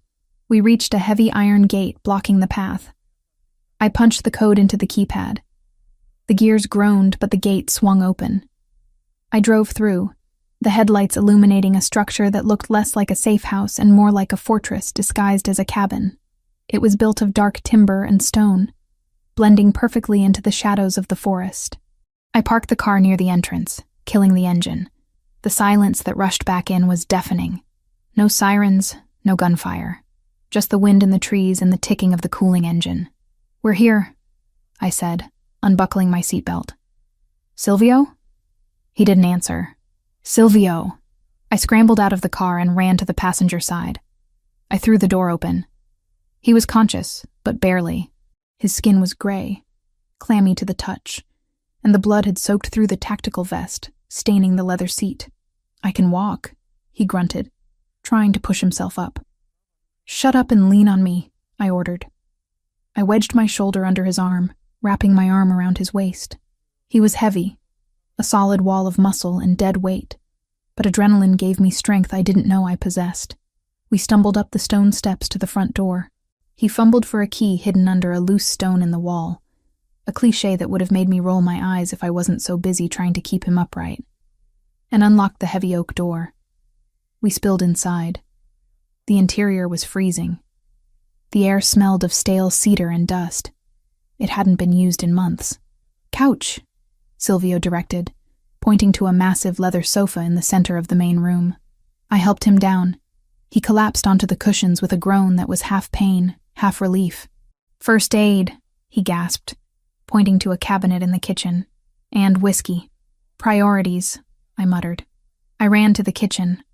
I found the kit, another military-grade box, and a bottle of bourbon. I grabbed a glass, filled it, and brought everything back to the living room. "Drink," I said, pressing the glass to his lips. He took a large swallow, coughing as the alcohol hit his throat. Color returned faintly to his cheeks. "The heater. Switch is by the fireplace." I flipped the switch. The hum of an electric furnace kicked on, followed by the hiss of the gas fireplace igniting. Slowly, the room began to thaw. "I need to look at the wound," I said, kneeling beside him. "The vest might have caught the bullet, but the impact, the vest didn't catch it," he admitted, his eyes closing. "I wasn't wearing it when the sniper fired the first shot. I put it on after." My stomach turned. I grabbed the shears from the first aid kit and cut through his ruined shirt. The sight made me hiss in sympathy. The stitches I had placed earlier were torn, the wound gaping and angry, oozing fresh blood. But it was the bruising that looked worse. A massive purple and black hematoma spreading across his ribs where he had tackled me to the floor of the container. "You tore everything open," I said, my voice trembling. "I have to clean this again, and I have to stitch it again. And we don't have lidocaine this time." Silvio opened his eyes. They were dark, unfocused, but fixed on me. "Do it." "I trust you." "You shouldn't," I whispered, soaking a piece of gauze in bourbon. "I restore painting, Silvio. I don't patch up mob bosses. You're doing a hell of a job so far." He gritted out. I worked in silence. The only sounds in the cabin were the crackling of the fire and Silvio's sharp intakes of breath as I cleaned the wound. I could feel the heat radiating from his skin, the tension in his muscles as he fought to stay still. It was intimate in a way that terrified me. I was touching him, hurting him to heal him, my hands covered in his blood. When I finished, bandaging him tightly with fresh gauze, I sat back on my heels, wiping my forehead with the back of my arm. I was exhausted. My green dress was destroyed, ripped at the hem and stained with grease and blood. My hair was a disaster. I must have looked like a nightmare, but when I looked at Silvio, he wasn't looking at the bandage. He was looking at me. "You saved the book," he said softly, nodding toward the coffee table where I had placed the leather journal. "I saved us," I corrected. "The book was just a bonus. Read it," he said. "We need to know." I reached for the journal. The leather was cold and cracked with age. I opened it to the bookmark I had hastily inserted back in the container. "It's a ledger of unauthorized payments," I said, scanning the page. "Your father. He didn't know about half of these. My dad marked them with a specific symbol, a double cross." "Who authorized them?" Silvio asked, his voice tight. I traced the column down to the signature at the bottom of the page. It wasn't a name. It was an initial. E. "E," I read aloud. "Who is E?" Silvio went still. Deadly still. Read the date. October 4th, 2004, I said. And again in November. And December. Large transfers to a holding company in Dublin, the O'Sullivan territory. Silvio closed his eyes. A look of pure, unadulterated pain crossed his face, shattering the stoic mask he wore so well. "Ettore," he whispered. "Who is Ettore?" I asked, though I had a sinking feeling I knew the answer. "Ettore Vitale," Silvio said, opening his eyes. They were wet. "My consigliere, my uncle. Not by blood, but he raised me after my father died. He taught me how to shoot. He taught me how to lead. He was the one who told me your father was the thief." The revelation hung in the air like smoke. The man Silvio trusted most in the world, the man who stood at his right hand, was the architect of his family's destruction. He's been working with the Irish for 20 years, I realized, the horror of it sinking in. He didn't just sell you out, Silvio. He's been bleeding your family dry since you were a child. The fake paintings, the North Cargo terminal. He set it all up. No, Silvio said, shaking his head. It's a mistake. Ettore would die for me. The numbers don't lie, I snapped, slamming the book shut. My father went to prison because of him. My life was destroyed because of him. And now he's trying to kill you. Who do you think told the O'Sullivans we were at the terminal? Who knew you were going there? Only Marco knew, Silvio defended weakly. And who controls Marco? I countered. You said it yourself. Marco is weak. Ettore manipulates him. He used Marco to get to you. Silvio tried to sit up, anger flaring in his eyes. You don't know him. You don't know what you're talking about. I know that he tried to kill us tonight, I shouted, standing up. The stress, the fear, the exhaustion, it all boiled over. I know that I just pulled a bullet fragment out of your side. I know that if we hadn't escaped, we would be dead in a metal box right now. Wake up, Silvio. The monster isn't under the bed. He's sitting at your dinner table. Silvio glared at me, his chest heaving. For a second, I thought he might strike me. The violence in him was close to the surface, raw and uncontrolled. But then the anger broke. He slumped back against the cushions, looking suddenly small, defeated. He was my father, Silvio whispered, in every way that mattered. My anger evaporated, replaced by a sharp pang of empathy. I knelt beside him again, softening my voice. I know, I said, reaching out to touch his hand. I know it hurts. My father was innocent, and I lost him. Your father figure is guilty, and you're losing him too. We're both orphans now, Silvio. He looked at my hand covering his. He turned his palm up, lacing his fingers with mine. His grip was desperate. I have nothing left, he said hoarsely. If Ettore is the traitor, then I have no family, no empire. It's all rot. You have the truth, I said fiercely. And you have me. The words slipped out before I could check them. I froze. Silvio looked at me, his eyes searching my face. The firelight cast dancing shadows across his sharp cheekbones. The pain in his expression slowly shifted into something else. Something hotter, darker. You, he repeated. The archivist who dropped shipping containers on armies. I improvise, I whispered.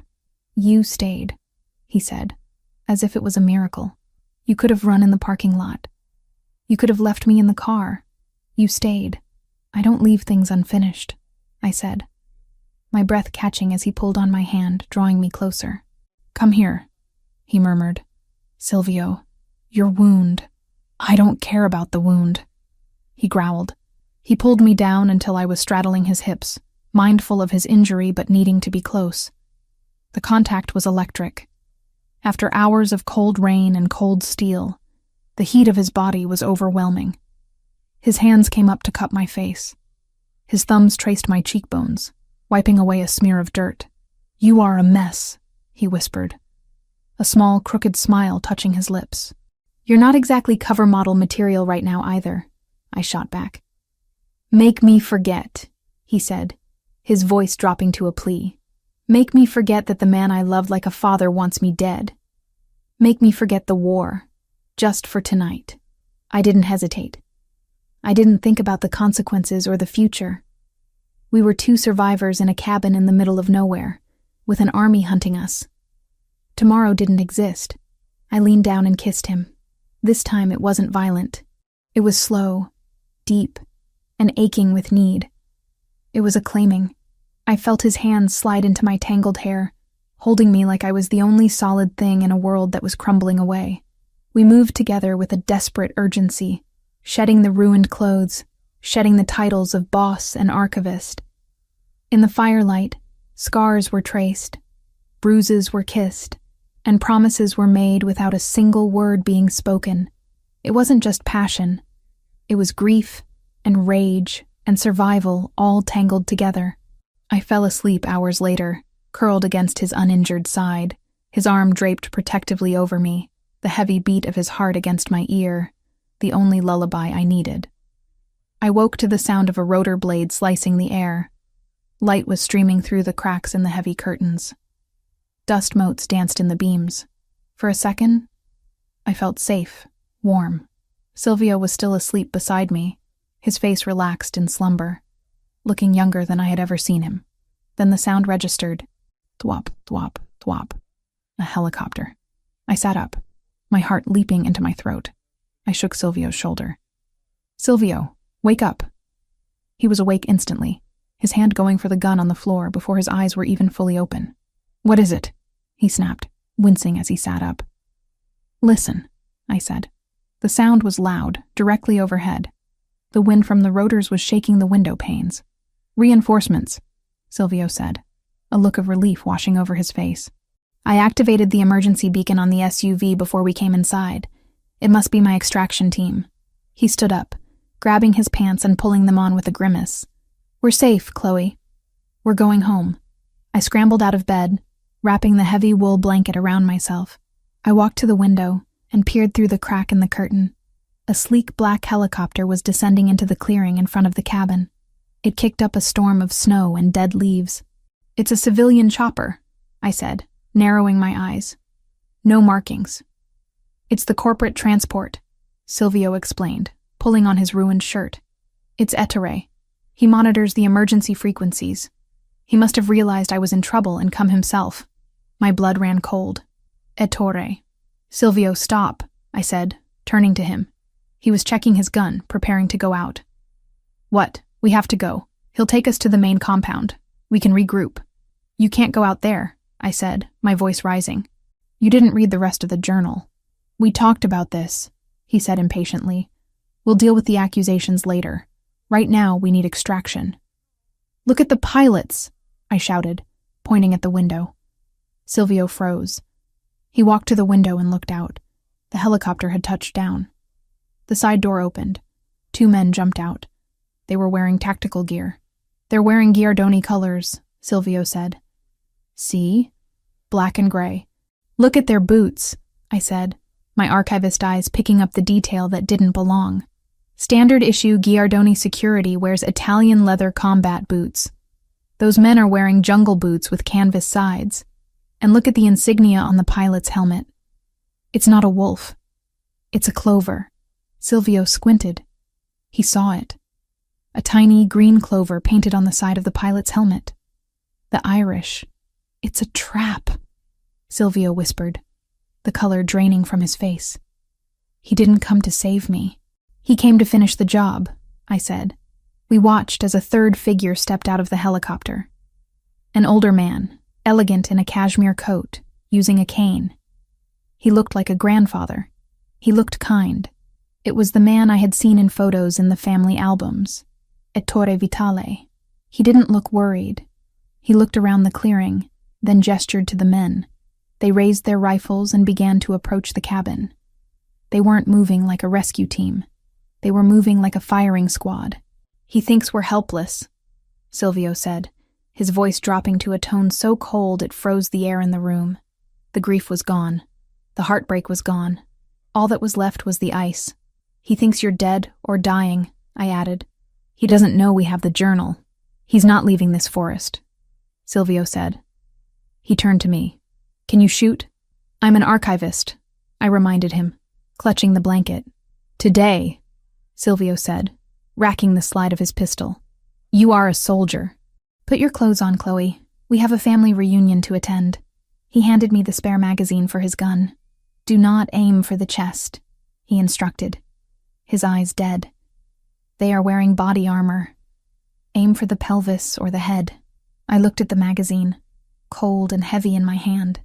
Then I looked at the man who was preparing to kill the only father he had left. "Aim for the head," I repeated. I dropped the blanket and reached for my ruined dress. The rescue had arrived, and it was going to be a massacre. The transition from lovers to soldiers was brutal and immediate. One moment, we were tangled in the warmth of the bed, shielded by the illusion of safety. The next, we were standing in the center of the cold room, pulling on clothes that were stiff with dried mud and blood. I fastened the zipper of my ruined green dress, the sound loud in the silence. It felt like zipping myself into a body bag. Silvio moved with a terrifying calm. He checked the chamber of his pistol, then tucked it into the waistband of his trousers, covering it with the tattered remains of his dress shirt. He winced as the fabric brushed against his fresh bandages, but his face remained a mask of stone. He wasn't the man who had held me through the night. He was the Don of the Giardoni family, preparing to meet his executioner. "There is a maintenance log on the shelf behind you," I whispered, my eyes fixed on the window where the helicopter rotors were still churning up the snow outside. Leather-bound, similar size to my father's journal. Silvio didn't look at me, but he paused. "Why?" "Because if we walk out there empty-handed, they kill us both immediately," I said, my voice trembling slightly despite my best efforts to steady it. "Ettore wants the evidence. If he thinks I have it, I become a commodity. If he thinks you have it, you become a liability. I am not trading you for a book, Chloe. You aren't trading me," I said, grabbing the old maintenance log from the dusty shelf. It was heavy, smelling of mildew. I quickly shoved my father's real journal, the one that proved everything, under the cushion of the sofa, deep into the lining. "I'm creating a distraction. You said aim for the head. I'm aiming for his greed. Chloe, they are at the door," I hissed. Heavy footsteps crunched on the gravel porch. A sharp, authoritative knock echoed through the cabin. "Silvio, it's Ettore. Open up, son. We need to get you to the infirmary." The voice was warm, filled with the fatherly concern that had likely manipulated Silvio for his entire life. It made my skin crawl. Silvio looked at the door, then at me. A silent communication passed between us. A promise of violence, a plea for survival. He walked to the door and unlocked it. Ettore Vitale stood on the threshold, leaning on his cane. He was impeccable in a cashmere coat and a silk scarf, a stark contrast to the gritty reality of the forest. Flanking him were two men with assault rifles, their fingers resting casually near the triggers. "My God," Ettore said, his eyes widening as he took in Silvio's bloodied appearance. "You look like you went 12 rounds with a reaper, Silvio. I was terrified when the beacon went off." He stepped inside, his gaze flicking briefly to me. There was no warmth in that look. It was the way one looks at a stain on an expensive rug. "Who is this?" Ettore asked, gesturing to me with a gloved hand. "The act," Silvio rasped, leaning against the door frame as if he could barely stand. He played up the injury, letting his shoulders slump. "This is the girl, the one from the museum. She helped me." "Helped you?" Ettore raised a perfectly groomed eyebrow. "Is that what we're calling it?" "I saved his life," I interjected, stepping forward. I hugged the fake maintenance log to my chest, letting my eyes dart nervously between the gunmen. "And I expect to be paid for it. This wasn't part of the deal." Ettore's interest piqued. He looked at the book in my arms. "And what is that you're holding, my dear?" "Insurance," I said, backing away until my legs hit the sofa. "Silvio said if I got this to you, I'd get $100,000 and a plane ticket. I'm done. I want out." Silvio turned his head slowly to look at me, feigning shock. "Chloe?" "Shut up," I snapped at him, channeling every ounce of fear and exhaustion into the performance. "You dragged me into a shipping container. You almost got me shot. I don't care about your family feud. I just want my money." Ettore smiled. It was a slow, reptilian stretching of his lips. "A pragmatist. I admire that. You have the ledger from the terminal?" "I have the book," I corrected. "Money first. We can discuss finances on the way to the estate," Ettore said smoothly. He gestured to the door. "The helicopter is waiting. Unless you prefer to stay here and wait for the O'Sullivans to circle back." It was a threat wrapped in an invitation. "We go," Silvio said, pushing himself off the doorframe. He stumbled, and one of the guards moved to catch him. Silvio flinched away. "I can walk." We marched out into the freezing wind. The helicopter waited like a dark beast in the clearing. As I climbed into the back, I saw the pilot turn his head. The green clover on his helmet was unmistakable. I caught Silvio's eye. He had seen it too. He knew. The flight was short and suffocating. The noise of the rotors made conversation impossible, which was a mercy. I sat clutching the decoy book, my knuckles white. Silvio sat across from me, his head leaning back against the seat, eyes closed. But I saw the tension in his jaw. He was calculating the odds. He knew that the moment we landed, the pretense would drop. I looked down at the sprawling estate of the Giardoni family as it came into view. It was a fortress of limestone, and manicured gardens, surrounded by high walls. From the air, it looked majestic. From the ground, it was going to be a slaughterhouse. The helicopter touched down on the private pad behind the main house. The wind whipped my hair across my face as the door slid open. We weren't greeted by medical staff. We were greeted by 6 more men, all heavily armed, forming a semicircle around the landing zone. And standing right behind them, looking nervous and pale, was Marco. Silvio stepped out first, favoring his injured side. I followed, clutching the book. "Marco!" Silvio shouted over the dying whine of the engine. "Where is the security detail? Why are these men here?" Marco didn't answer. He looked at Ettore, who was descending the steps of the chopper, with the grace of a king returning to his court. "The security detail has been relieved," Ettore announced, his voice carrying clearly in the sudden silence as the rotors slowed. "They were inefficient." Silvio turned to face his uncle. "Inefficient or loyal?" Ettore sighed, a sound of deep disappointment. He leaned on his cane, looking at Silvio with pity. "Loyalty is a fluid concept, Silvio. It flows to where the power lies.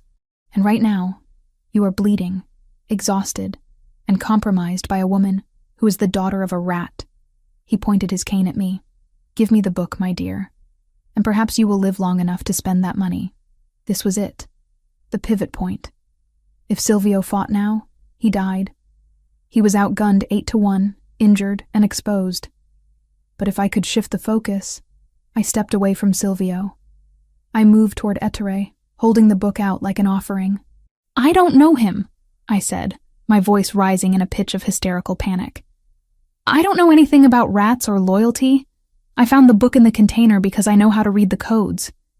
He didn't find it. I did." "Chloe!" Silvio roared, a sound of genuine betrayal that I prayed he was faking.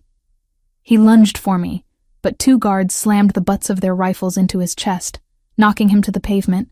He hit the ground hard, groaning as his wound surely tore further. "Stop it!" I screamed, flinching. "He's crazy. He dragged me through the woods. Just take the damn book and let me go." I thrust the maintenance log into Ettore's hands. He took it. His fingers caressed the leather cover. He didn't open it immediately. He looked at me, his eyes gleaming with triumph. "You see, Silvio?" Ettore said softly, looking down at his nephew sprawled on the asphalt.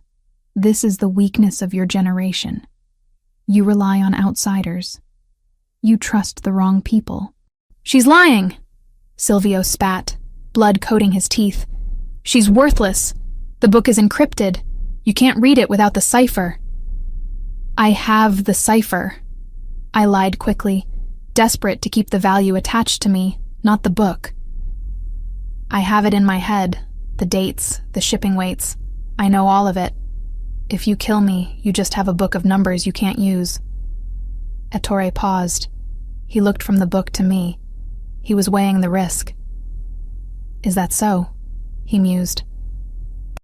"Yes," I said, my breath coming in short gasps.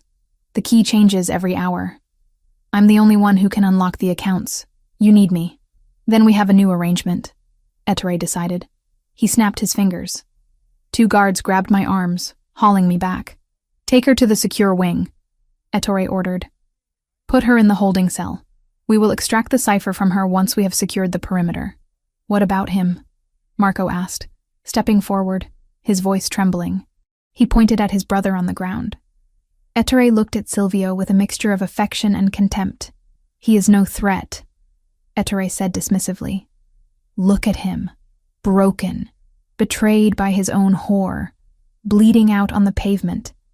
Lock him in his study. Let him watch as we dismantle his empire. I want him to sign the transfer papers before he dies." "No!" Silvio shouted, struggling to rise. "Ettore, you traitorous son of a bitch!" "Take her!" Ettore commanded. The guards dragged me away. I didn't fight them. I let them pull me backward toward the house. I watched Silvio. He was on his knees, held down by 2 men. He was looking at me. His face was a mask of rage, screaming curses at me, calling me a traitor, a thief, a liar. But for a split second, just before they dragged me around the corner of the mansion, His eyes locked with mine. He blinked. Once. Slow and deliberate. It was the signal. I see you. He knew the book was fake. He knew I had the real one hidden in the cabin. He knew I had just sold myself into captivity to buy him time. "You'll regret this," I screamed back at him, playing my part to the bitter end. "I hope they kill you. Get her out of my sight," Ettore said, turning his back on Silvio to follow me. I was hauled through the service entrance of the mansion. The grip of the guards was bruising, their fingers digging into my arms. I was terrified. I was walking into a torture chamber. I had handed over a meaningless maintenance log to a man who would kill me the moment he realized it wasn't the ledger. But as the heavy steel door of the holding cell slammed shut behind me, plunging me into darkness, I didn't cry. I slid down the wall to the cold floor, pulling my knees to my chest. I had bought him time. Silvio Giardoni was alive. He was inside the house, and Ettore had just made the fatal mistake of leaving a wolf alive because he thought he had pulled its teeth. I closed my eyes and waited for the sound of the war to begin. It wouldn't be long now. Silvio wouldn't stay in that study. And when he came for me, he wouldn't be bringing a maintenance log. He would be bringing hell. I touched the empty space where the earpiece had been. We were disconnected. Alone.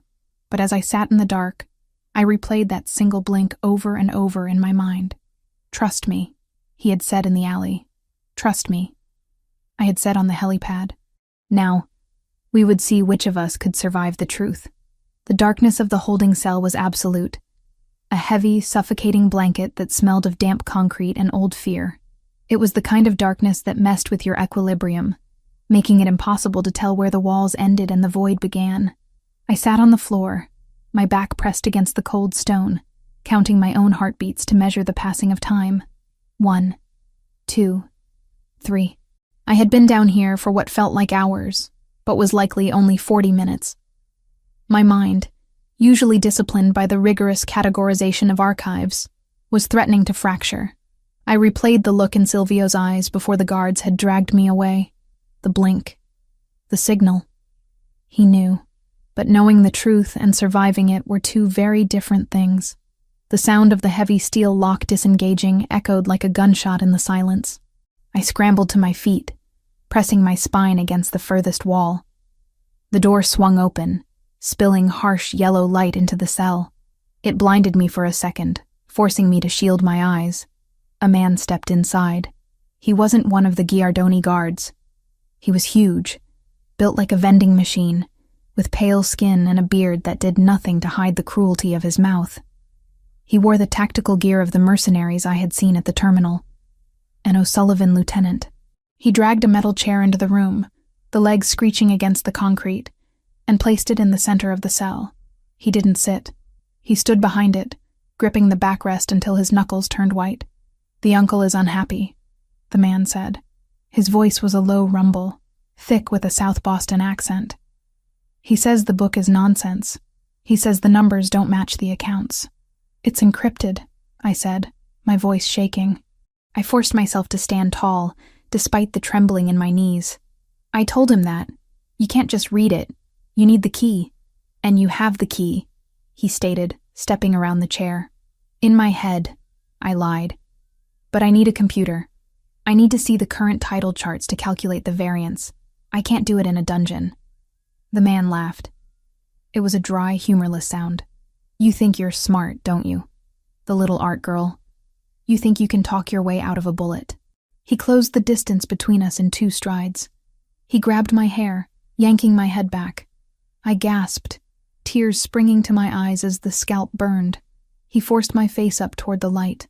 "My name is Killian," he whispered, his breath smelling of stale tobacco. "And I don't need a computer to get codes. I find that pain is a universal language. It translates everything. If you hurt me..." I choked out, gripping his wrist with my hands, trying to alleviate the pressure. "You lose the money. The key changes in 20 minutes. If I don't input the sequence, the accounts lock permanently. The money disappears." It was complete gibberish. Technobabble I had made up on the spot. But Killian was a muscle, not a banker. He hesitated. "Let go of her, Killian." The voice came from the intercom speaker mounted in the corner of the ceiling. It was Ettore Vitale. Even distorted by the static, his voice sounded elegant, composed, and terrifying. Killian shoved me back against the wall. I hit my head on the stone, stars bursting in my vision, but I stayed on my feet. "She's stalling, Mr. Vitale," Killian shouted at the ceiling. "Let me work on her. 5 minutes. I'll get you the sequence. Bring her upstairs," Ettore commanded. "To the library. I want her to input this code in front of me, and if it doesn't work, well, then you can have your 5 minutes." Killian grinned. He pulled a handgun from his holster and pointed it at my stomach. "Move, and don't trip. I have an itchy trigger finger." I walked out of the cell, my legs feeling like lead. The hallway outside was deserted. The usual Giardoni guards replaced by O'Sullivan mercenaries patrolling in pairs. This wasn't a transition of power. It was an occupation. We reached the service elevator. Killian shoved me inside and punched the button for the main floor. "You picked the wrong boyfriend, sweetheart," he sneered as the elevator rose. "Silvio Giardoni is a corpse walking. You should have taken the payout when you had the chance." "I don't date criminals," I muttered, looking at the floor numbers climbing. "I just work for them." The doors opened. The main hallway of the estate was chaos.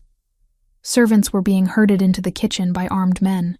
Paintings, real paintings, unlike the fake Raphael, were being pulled off the walls. Ettore wasn't just taking over. He was liquidating the assets immediately. Killian marched me toward the double mahogany doors of the library. "Move it!" He prodded me with the gun barrel. We entered the library. It was a magnificent room, 2 stories high, lined with rare books and smelling of leather and cigar smoke. Ettore sat behind the massive oak desk that had belonged to Silvio's father. He looked right at home. Marco was there too, standing by the window, looking pale and sick. He held a glass of whiskey that was shaking so hard the liquid was sloshing over the rim. "Ah, the archivist," Ettore said, looking up from the fake maintenance log. He didn't look happy. "I have been trying to apply your so-called title algorithm to these pages. It produces nothing but gibberish." "I told you," I said, stepping further into the room, Killian close behind me. "I need the real-time data. Give me a laptop." Ettore studied me. His eyes were cold, calculating beads of obsidian. He tapped his finger against the leather cover of the book. "I think," Ettore said slowly, "that there is no code. I think this is a book of maintenance schedules for the HVAC system of a warehouse in Jersey. I think you are lying to buy time." My heart hammered against my ribs. "I'm not, Killian," Ettore said softly. "Shoot her in the leg. Let's see if that refreshes her memory." "No!" I screamed, backing up. Killian raised the gun, a cruel smile twisting his lips. He aimed for my left kneecap. I squeezed my eyes shut, bracing for the shattering pain. Click. The sound was loud in the room, but there was no explosion, no pain. Killian frowned, looking down at his weapon. He racked the slide. A bullet ejected, bouncing on the Persian rug. He aimed again. Click. "What the hell?" Killian muttered. "Your firing pin has been filed down," a voice said from the shadows of the upper mezzanine balcony. Every head in the room snapped upward. Silvio Giardoni stood at the railing of the second floor. He looked like a demon dragged straight from hell. His white shirt was gone. Replaced by a dark tactical sweater he must have scavenged from a guard. His bandages were soaked through with fresh blood. But he stood straight, his gun resting casually on the railing, aimed directly at Ettore's head. "Silvio," Ettore whispered, his face losing its composure for the first time. "How—" "You locked me in my study," Silvio said, his voice a low, rough growl that vibrated through the room. "The study that I built. The study that has a panic panel behind the wainscoting connecting to the armory. Did you really think I didn't have a way out of my own house, Uncle?" "Kill him!" Ettore screamed, diving behind the heavy oak desk. Killian spun around, raising his useless gun, then realized his mistake and reached for the knife on his belt. He never got the chance. Silvio didn't fire. He didn't have to. From the hallway behind us, 3 loud suppressed shots puffed. Thwip, thwip, thwip. Killian's chest erupted in red. He stared at me, eyes wide with shock, and crumbled to the floor, dead before he hit the rug. I spun around. Marco stood in the doorway. He was holding a smoking pistol with a silencer. His face was white as a sheet, tears streaming down his cheeks. But his aim had been true. "I'm sorry," Marco sobbed, looking up at his brother on the balcony. "I didn't know, Silvio. I swear to God, I didn't know he was with the Irish. I thought he was just saving the family from bankruptcy." "Pick a side, Marco," Silvio barked, vaulting over the railing. He landed heavily on the ground floor, rolling to absorb the impact to protect his injured side, and came up in a crouch next to me. "Are you hurt?" he demanded, scanning me for injuries, ignoring the dead mercenary at our feet. "I'm fine," I gasped, reaching out to steady him. He was burning up with fever, but his eyes were clear. "You filed the firing pin?" "I accessed the armory logs while I was locked up," Silvio said, grimacing as he stood.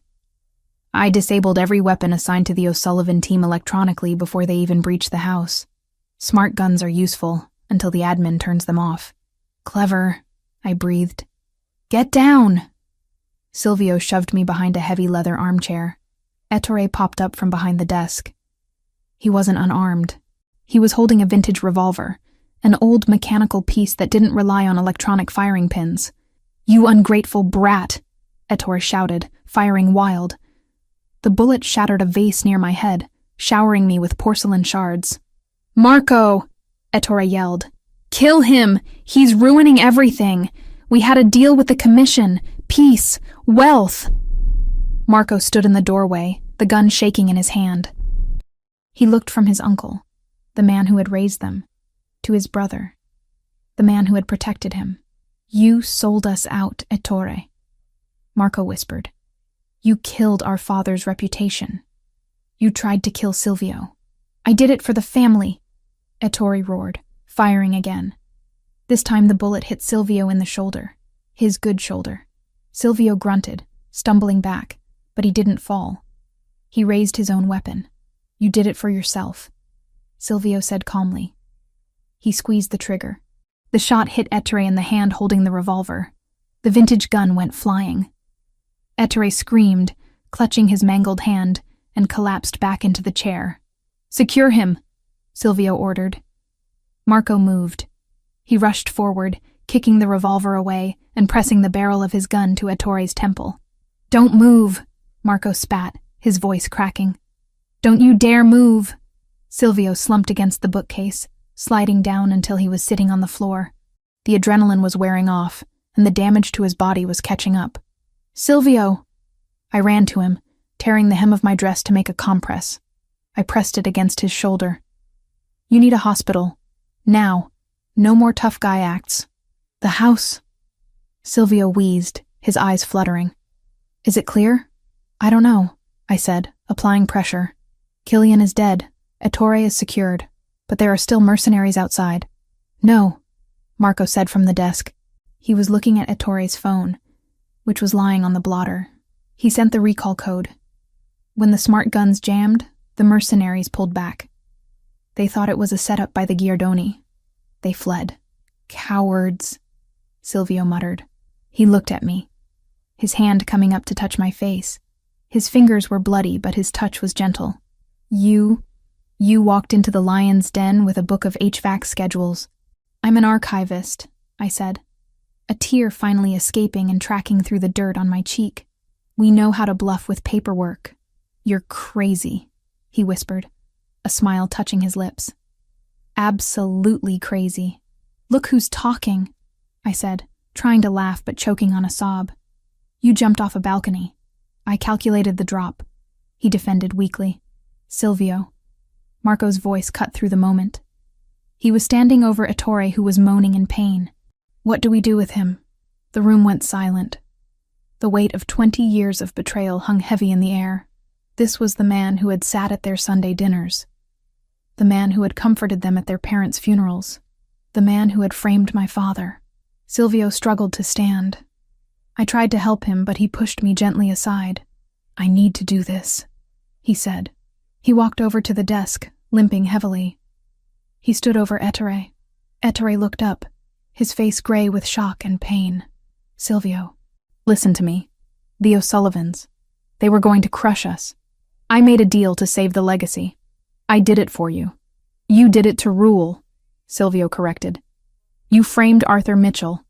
You let an innocent man rot in prison for 2 decades to cover your theft.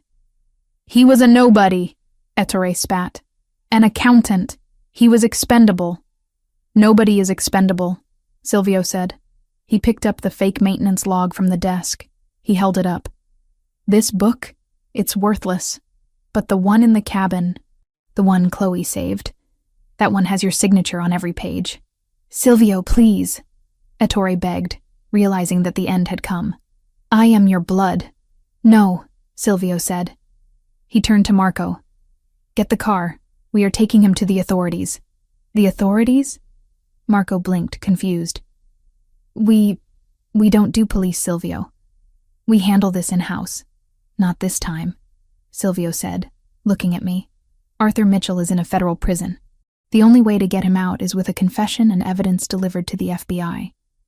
Ettore is going to rot in the same cell he put her father in. That is his punishment. Death is too easy. I stared at Silvio. In the world of the Mafia, rats were killed. Snitches were buried. But he was choosing a different path. He was choosing justice over revenge. For me. Thank you, I whispered. Silvio nodded, his eyes weary but warm. Go get the car, Marco. And call the medic. I think I'm finally done bleeding. Marco nodded, wiping his eyes, and ran out of the room. Silvio leaned against the desk, his strength failing. I moved to his side, wrapping my arm around his waist to support him. You didn't have to do that, I said softly. You could have killed him. I wanted to. Silvio admitted, but killing him doesn't give you your father back. And today is about restoration. He looked at the ruined library, the shattered glass, the dead body on the floor. We have a lot of work to do, he murmured. We? I asked. He looked down at me, and despite the blood, the dirt, and the chaos, the connection between us was the strongest thing in the room. You're the archivist, he said. I'm going to need someone to organize the new empire, one without secrets, without lies. I'm expensive, I warned him. I know. Silvio kissed the top of my head. I suspect you're going to cost me everything I have. And I suspect you're worth every penny. We stood there in the wreckage of his past, holding each other up. The storm had passed. The traitor was broken. And for the first time in 24 hours, the future didn't look like a dark alley or a shipping container. It looked like something we could build. But as the sirens began to wail in the distance, real federal cars this time, answering Marco's call to Silvio's contact, called by Marco, I knew the hardest part was just beginning. We had won the war. Now we had to survive the peace. Don't let go, Silvio whispered, as his knees buckled slightly. I've got you, I said, holding him tighter. I'm not going anywhere, and I meant it. I wasn't just the date for his brother's wedding anymore. I was the woman who had walked through fire with him, and I was staying right here until the ashes cooled. The invitation was printed on heavy, cream-colored cardstock, the kind that whispered wealth before you even read the text. The gold leaf embossing caught the light of the vanity mirror as I picked it up for the 100th time. The Giardoni Foundation invites you to the inauguration of the Arthur Mitchell Wing for Renaissance Conservation. 8 months. That was how long it had taken to scrub the blood out of the cracks in the Giardoni empire and replace it with something that looked like legitimacy. 8 months since the night in the forest, since the helicopter, since the moment I walked into a holding cell and bought Silvio's life with a lie. Mr. Henderson's name had been folded into the list of casualties. A quiet footnote the Foundation tried to forget, but that lived carved into the back of my ribs. I set the card down and looked at my reflection. The woman staring back at me wasn't the terrified archivist who had hidden in a basement lab. She was sharper, colder, and infinitely more expensive. My hair was swept up in a chignon that defied gravity, secured with diamond pins that had belonged to Silvio's grandmother. And the dress. Silvio had sent it this morning. It wasn't green. Green was the color of survival, of the frantic flight through the woods. This dress was gold. liquid metallic gold that clung to my body like a second skin, turning me into a living statue, a piece of art restored with precious metal. It was a statement. Kintsugi, the Japanese art of repairing broken pottery with gold lacquer, making the cracks part of the history rather than hiding them. "You look like a queen," a voice said from the doorway. I turned. My father stood there. He looked older than I remembered from the visits behind the plexiglass. Prison had taken the color from his hair and the spring from his step, but his eyes were clear. He was wearing a tuxedo that Silvio's tailor had cut to hide the frailty of his frame. He was free.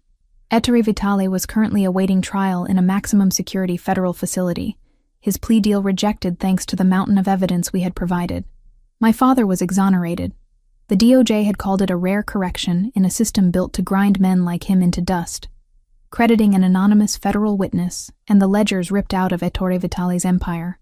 "I look like a trophy," I corrected gently, walking over to straighten his bow tie. "But tonight, I'm a trophy with teeth. You saved me, Chloe," he whispered, his hands trembling as he held my shoulders. "I sat in that cell for 20 years waiting to die, and you walked into the fire and pulled me out. I had help," I said, thinking of the scar on Silvio's side, the silver line of puckered skin that I traced with my fingertips every night. "Giardoni," my father said the name with a complicated mix of gratitude and lingering fear. "He is a dangerous man, Chloe. He is a predator. You know that, don't you?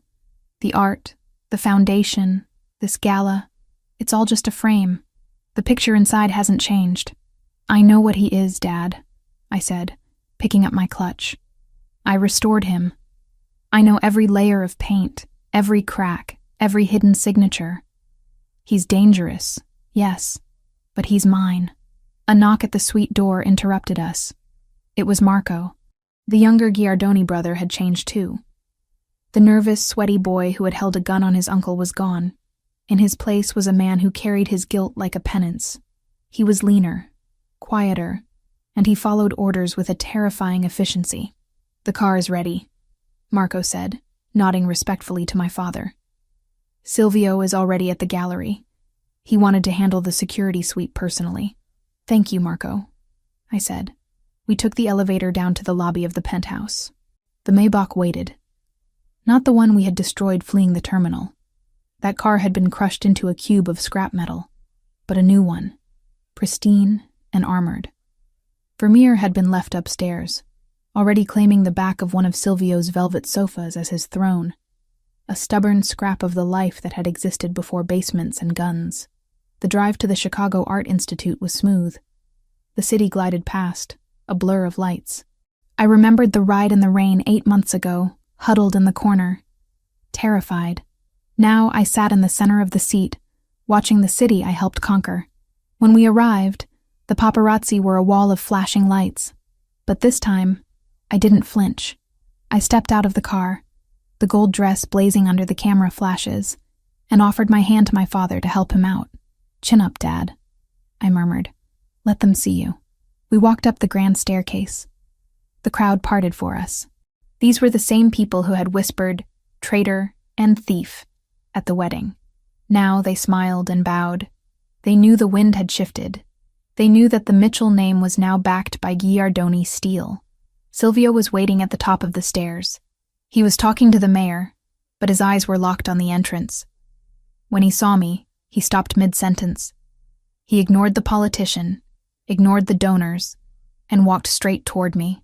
He was wearing a black tuxedo, classic and severe, but he had swapped the tie for a cravat of gold silk that matched my dress. A subtle claim, a branding. "Chloe," he said, his voice low and rough, vibrating through my chest. He took my hand, raising it to his lips, but his eyes never left mine. "And Mr. Mitchell. Welcome, Mr. Giardoni," my father said stiffly. It was the first time they had met face to face since the release. "Please," Silvio said, stepping aside to gesture to the grand hall. "Tonight is about you, Arthur. It is a very small repayment for a very large debt. The wing is open. Go see your legacy." My father hesitated, then nodded and walked into the crowd, where curators and historians were waiting to fawn over him. I was left alone with the monster. "You're late," Silvio murmured, pulling me against his side. His hand rested on the small of my back, his thumb tracing the line of my spine through the gold silk. "I wanted to make an entrance," I replied, leaning into his touch. "And you know I hate being early." "You look," he paused, searching for the word, "lethal. Gold suits you. It's harder than green." "I felt like I needed armor," I admitted. "Is everything secure?" "The perimeter is locked down," Silvio assured me, guiding me toward the champagne flutes, which, I noted, were being served by men I recognized from his personal guard, not hired catering staff. Marco handled the guest list. No surprises, no O'Sullivans, just fear and respect. Mostly fear, I noted, seeing the way a bank CEO spilled his drink when Silvio glanced in his direction. "Fear keeps the peace," Silvio said simply. "Come. There is something I want to show you." He didn't lead me to the new wing. He led me away from the party, past the velvet ropes, down a corridor that led to the private administrative offices. "Where are we going?" I asked, the noise of the gala fading behind us. "To the archives," he said. We entered a climate-controlled room at the back of the museum. It was my old world, smelling of dust and solvent. But on the central table, there wasn't a painting. There was a briefcase, a sleek aluminum Halliburton case. Silvio let go of me and walked to the table. He rested his hands on the case, looking down at it for a long moment. "We did it," he said quietly. "Ettore is gone. The Irish have retreated back to Boston. The business is stable, legitimate mostly."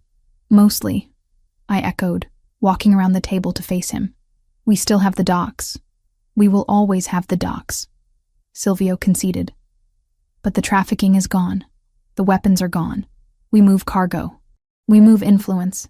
It's cleaner." He unlocked the case. Click, click. He opened the lid. Inside, sitting on the black foam, were two things: a thick stack of bearer bonds, untraceable cash, and a heavy iron key. "What is this?" I asked, a cold knot forming in my stomach. $5 million, Silvio said, his voice devoid of emotion.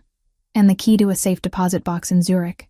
The box contains passports, new names, clean histories, for you and your father." I stared at the contents, then looked up at him. "Why are you giving me this?" "Because the war is over," Silvio said. He looked exhausted. Not physically, he had healed, but spiritually. "I dragged you into this, Chloe. I kidnapped you from an alley. I forced you to lie, to steal, to almost die. I made you a soldier in a war that wasn't yours. I chose to fight," I said. "Did you?" He stepped closer, his eyes intense. "Or did you just do what you had to do to survive me? You're a civilian, Chloe. You belong in the light. You belong with the art, not the people who steal it." He pushed the briefcase toward me. "Take it," he said. "Take your father, go to Europe, finish your degree, live a life where you don't have to check the firing pin of a gun before you enter a room. You're free. I'm releasing you." It was a noble gesture. It was the good guy move. It was the moment in the movie where the beast lets beauty go because he loves her too much to keep her in the castle. I looked at the money. It was freedom. It was safety. It was everything I had wanted 8 months ago when I was scrubbing varnish off a canvas for minimum wage. I reached out and took the key. Silvio flinched, a microscopic tightening of his jaw. But he didn't stop me. He watched me hold the cold iron. Then, I turned and walked to the industrial shredder in the corner of the room, the one used for destroying confidential manifests. I dropped the key into the slot. The machine roared to life, gnashing the metal. It shrieked, groaned, and then spat out twisted, useless shards of iron. Silvio stared at me. His mask cracked. Shock, raw and unguarded, flooded his face. "Chloe," he breathed. I walked back to the table, slammed the briefcase shut, and pushed it off the edge. It hit the floor with a heavy thud. "You don't get to decide when I'm done, Silvio Giardoni," I said, my voice shaking with fury. "You don't get to decide who I am. You think I'm still the girl in the alley? That girl died in the shipping container. She died the moment she looked Ettore Vitale in the eye and lied to save your life." I stepped into his space. grabbing the lapels of his tuxedo. "I don't want Zurich," I hissed. "I don't want safe. Safe is boring. Safe is a lie. I want the man who burns down cities for me. I want the partner who trusts me with the codes to his empire." Once, the idea of disappearing behind a new passport and a colorless little life in another country might have sounded like salvation. After basements and containers, and the look in Ettore's eyes when he realized I was the one closing the door, it sounded like a padded cell with softer sheets. I hadn't crawled out of that grave just to let someone else write my ending. "It's dangerous," Silvio argued, though his hands had already come up to grip my waist, pulling me closer as if he couldn't help himself. "It will never be clean.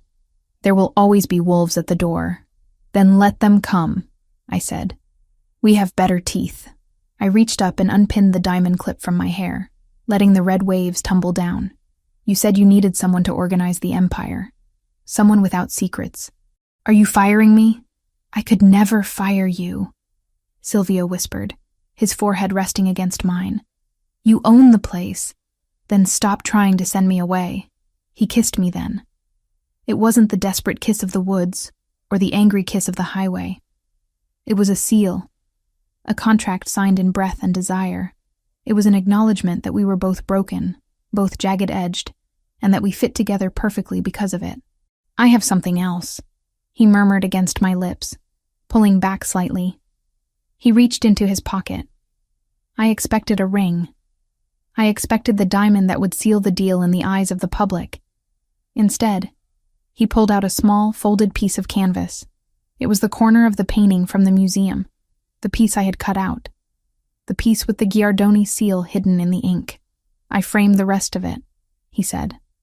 "But I kept this. To remind me." "Remind you of what?" "That you saw what no one else could," he said. "You saw the truth underneath the varnish. You saw me."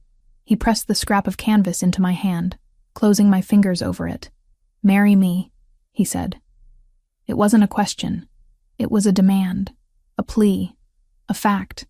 Not for the cameras, not for the family, for us. Marry me and run this damn city with me until we burn it down or buy it all. I squeezed the canvas. It was rough, textured, real. "I have conditions," I said, echoing the words I had spoken in the alley so long ago. Silvio smiled. It was a real smile, one that reached his dark eyes and lit them up. "I expect nothing less. My father runs the foundation without interference," I listed. "No money laundering through the Renaissance collection. Use the modern art wing. The paint is thicker, it hides more." Silvio laughed, a low, rough sound of delight. "Done." "What else?" "And I want the combination to the armory," I said, serious. "If I'm going to be the queen, I want my own gun." "You already have the combination," he whispered. "It's your birthday." I paused. "You changed the code to my birthday?" "I changed everything to you," he said. "The codes, the accounts, the deeds. If I die tomorrow, Chloe, you are the most powerful woman in Chicago." I made sure of it. My heart stuttered. He hadn't just given me a job. He had given me the keys to the kingdom. He had trusted me with his legacy. "Then we better go back out there," I said, smoothing the lapels of his jacket. "We have a wing to inaugurate, and I think Marco is terrified of making the speech alone." "Let him sweat," Silvio said, stealing one last kiss. "He needs the practice." He offered me his arm. "Ready, Mrs. Giardoni?" he asked. "Not yet," I said. "It's Ms. Mitchell, until I see the ring. I expect at least 5 carats, flawless clarity, emerald cut." 6, Silvio corrected, leading me toward the door. "And it's already on your finger." I looked down. In the heat of the moment, I hadn't felt him slip it on. A massive, rectangular diamond sat on my left hand, blazing under the harsh lights of the archive room. It was heavy. It was ostentatious. It was perfect. "You're arrogant," I said, shaking my head. "I'm prepared," he countered. We walked back down the hallway, toward the music and the applause and the flashing lights. I thought about the girl who cleaned paintings in the basement, afraid of her own shadow. She was gone. In her place was a woman who knew that some stains couldn't be removed. They had to be incorporated into the masterpiece. We reached the top of the stairs. The crowd looked up. The silence was instant and total. Silvio squeezed my hand. "Showtime, ma piccola." I lifted my chin, the gold dress shimmering like armor, the diamond heavy on my finger, and stepped into the light. "Let's go," I whispered. We descended the stairs together, not as a mob boss and his victim, but as the two most dangerous predators in the room. The Giardoni Empire had a new architect, and God help anyone who tried to break what we had fixed. The end.